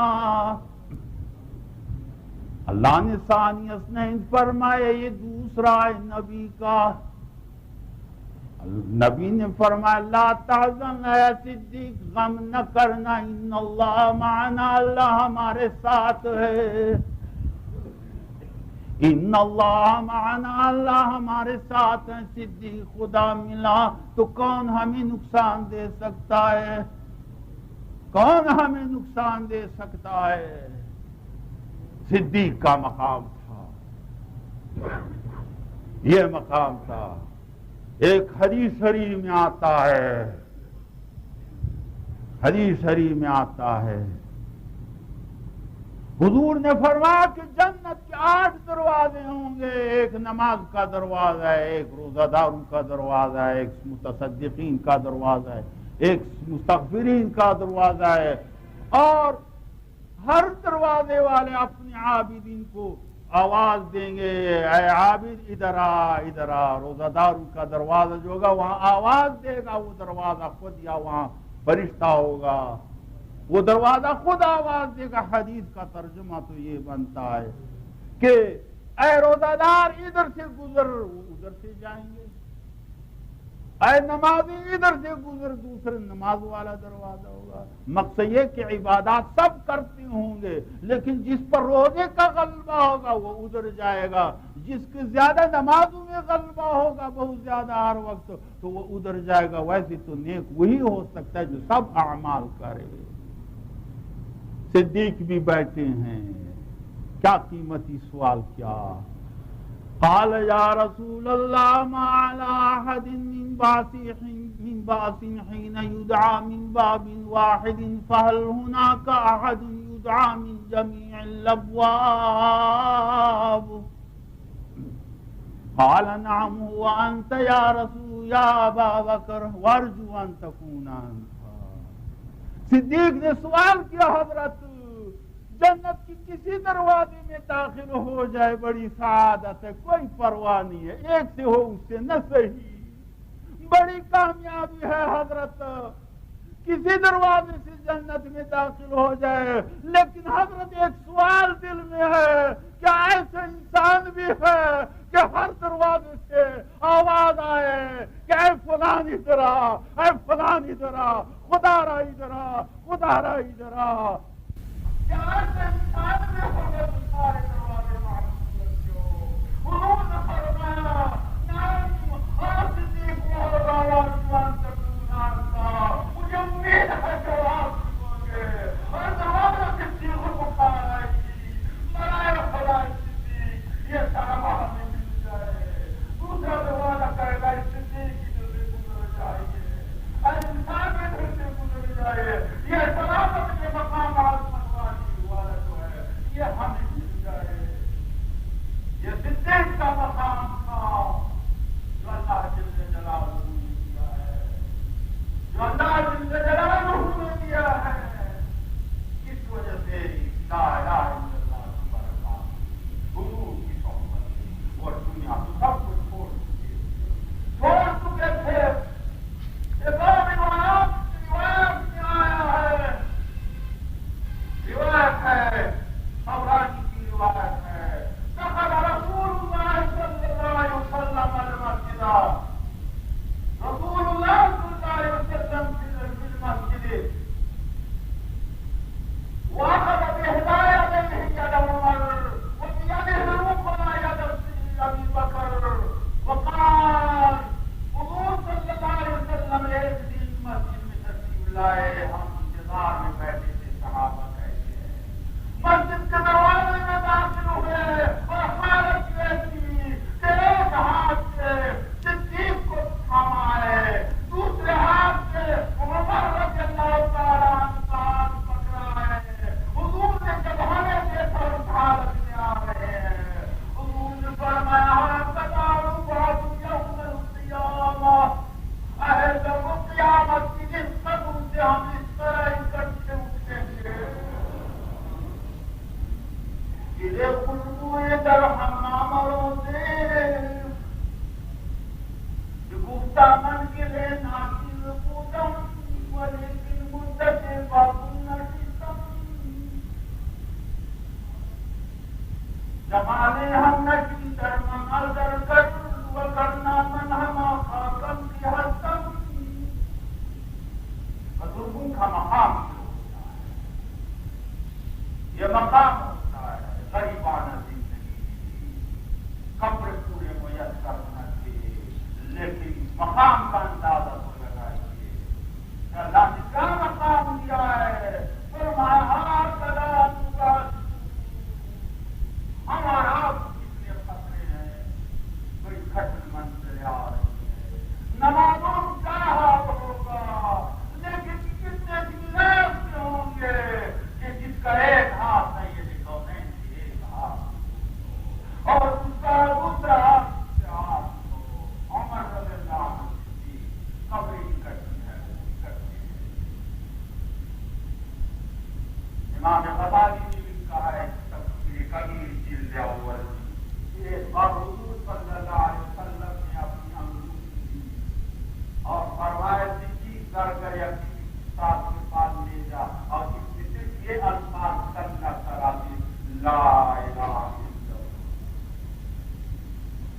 بن جائے لا الہ الا اللہ.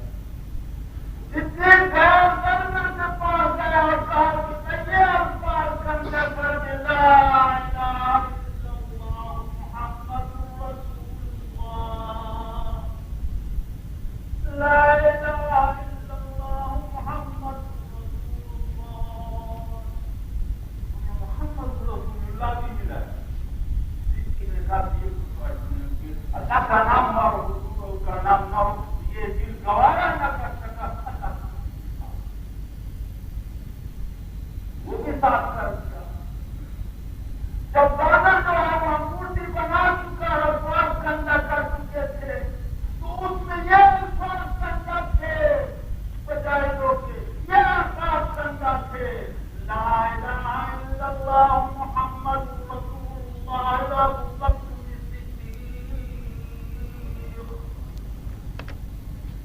لا الہ الا اللہ محمد رسول اللہ ابو بکر صدیق.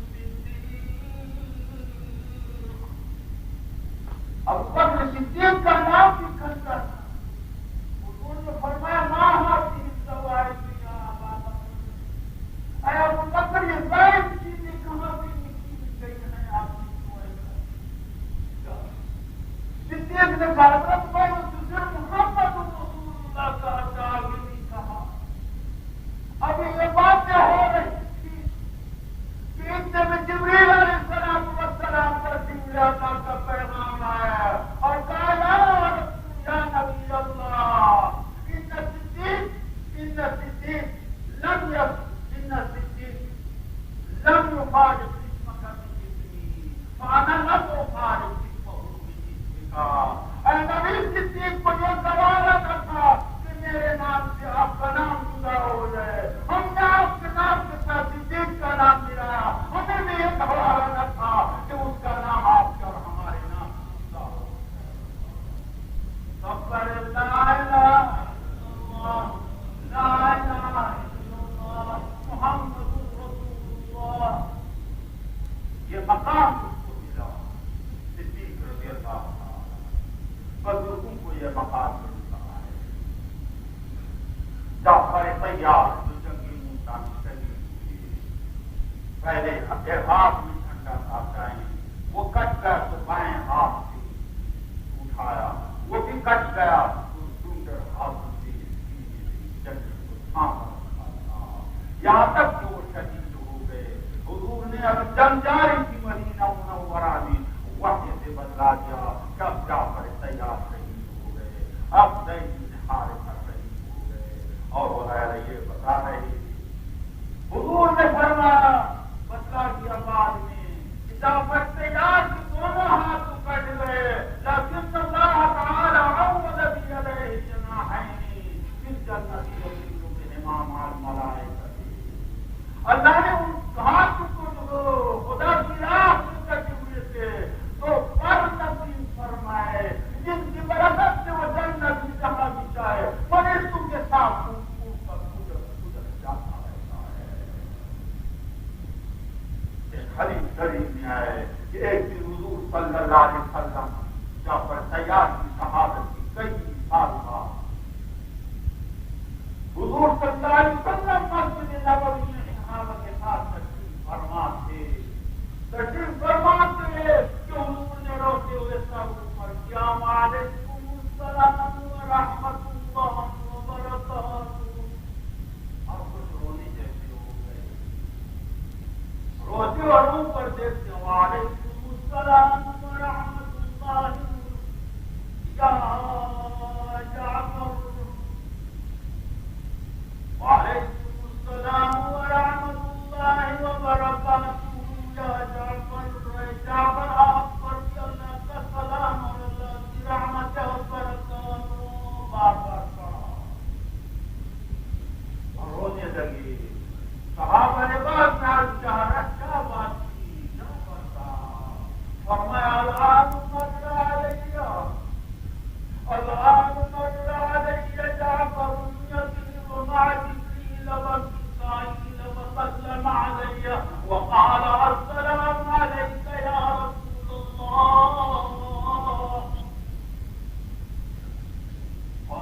فوجدت جعفرا وقلت عليك السلام ورحمة الله وبركاته.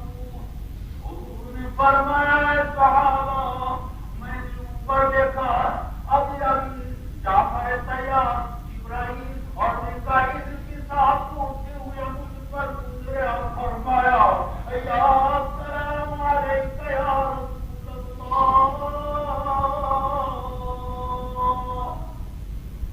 کتنی خوشی ہوگی کتنی خوشی ہوگی.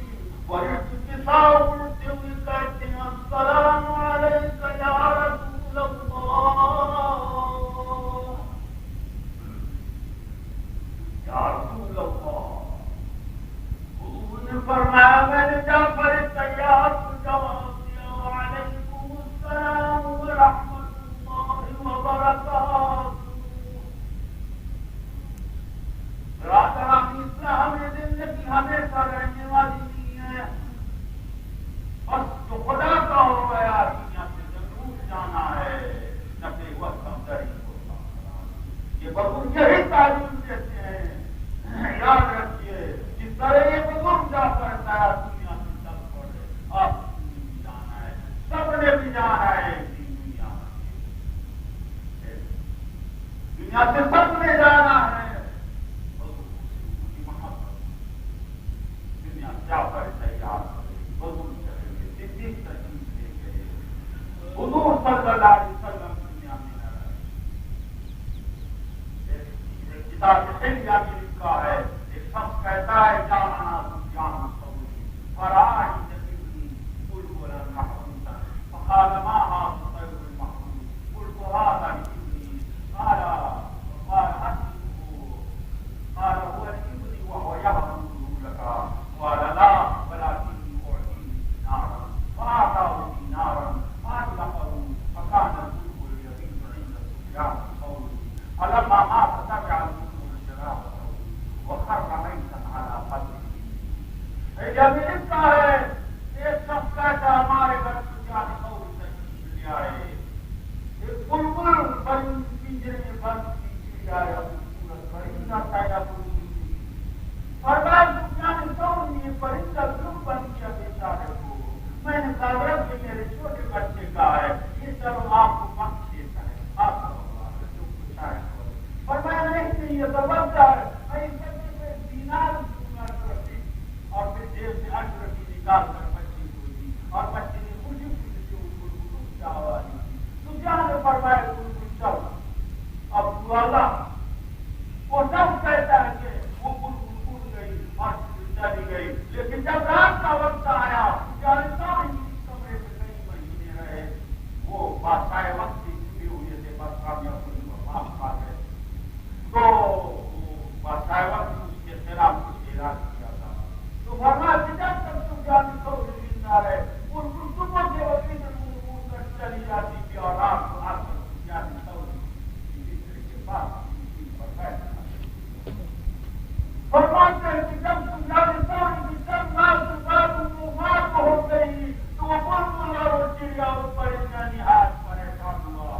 جب ہم نے اس کے جنازے کو سر اوپر اٹھایا کر تو بلبل کی وہ اوپر بڑھتی ہوئی قبر کی طرف قبرستان تک ہمارے ساتھ جا رہی تھی اور ہم نے اس کو دفنایا. بلبل وہیں بیٹھی ہے اور نفسنتی کر رہے ہوئے شروع ہو رہی ہے. چند دن کے بعد ہم نے دیکھا کہ وہ بلبل کی قبر پر بڑی پڑی ہے.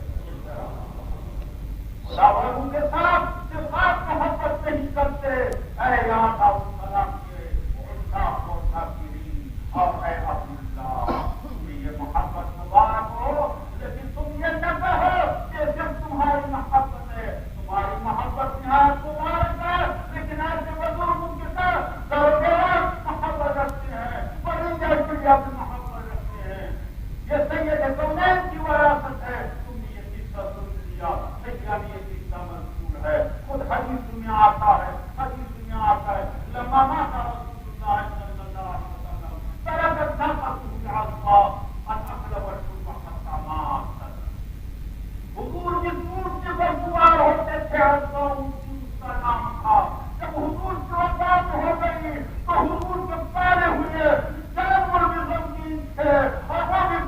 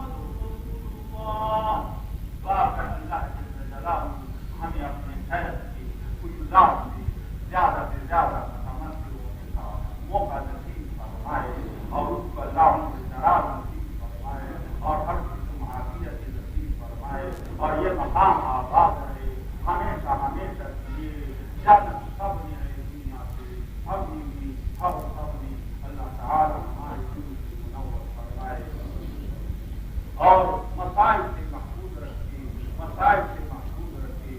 اللہ ہمارے دلوں کے تالے کھول دے، اللہ ہمارے دل بند ہیں، اللہ آپ کی چھوڑنے والے ہیں، اللہ ہم گنہگار ہیں، اللہ آپ کی پاکی جمع ہوئی ہے، اللہ آپ کی مقام میں جمع ہوئی ہے، اللہ اس مقام میں کوئی دولت کے لیے نہیں آیا، اللہ یہاں کوئی انعامات کے لیے نہیں آیا، اللہ یہاں کسی نیک چیز کمانے کے لیے کوئی نہیں آیا، اللہ یہ سب آپ کی محبت کے لیے جمع ہوئی ہے، آپ کی رضا حاصل کرنے کے لیے جمع ہوئی ہے، اپنے شہر کی برکات حاصل کرنے کے لیے جمع ہوئی ہے، وہ جو آپ کی ذات بانٹ رہے ہیں، امانتیں بانٹ رہے ہیں، اللہ ہمیں محروم نہ فرما، ہمیں محروم نہ فرما، اللہ ہمیں محروم نہ فرما، اللہ ہمارے دل کو سمجھدار بنا دے، اللہ ہمارے دلوں کو دردانہ بنا دے، اللہ ہمارے دلوں میں آپ کی محبت ہو، رسول کی محبت ہو، دین کی محبت ہو،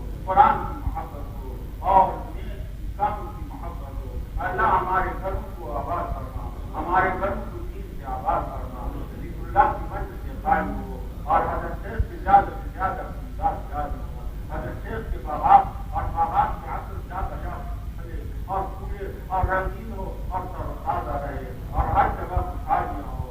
اے اللہ آپ ہر چیز کو قابل ہے، اے اللہ آپ کے نبی نے فرمایا ہے اور نبی کا قول سچا ہے، اے اللہ آپ کی ذات کی قسم کھاتے ہیں کہ آپ کے نبی کا قول یہ آپ کا قول ہے، اے اللہ آپ کے نبی نے فرمایا ہے کہ جو لوگ جو مسلمان ایک دوسرے سے زیارت کے لیے اور صرف اللہ کی محبت کی وجہ سے جمع ہو جائے ان کو میں بلند درجات دوں گا اور ان کی زندگی آخرت میں قابل رشک دوں گی، بڑے بڑے اولیاء کی ان کی زندگی پر رشک کریں گے۔ اللہ ہم ان لوگوں سے بنا دے، اللہ ہماری مجلس اور شہر کی برکت سے ان لوگوں کی مجلس بنا دے، اللہ جن مجلس میں فرشتے آتے ہیں اور فرشتے ان کی دعاؤں پر آمین کہتے ہیں، اللہ یہ ہماری مجلس یقیناً فرشتے موجود ہوں گے، اللہ ہماری مجلس یقیناً فرشتے موجود ہوں گے، آپ کے نبی کا قول سچا ہے، اللہ ان فرشتوں کی برکت سے ہماری دعاؤں کو رد نہ فرما، اللہ ہماری دعاؤں کو رد نہ فرما، پاکستان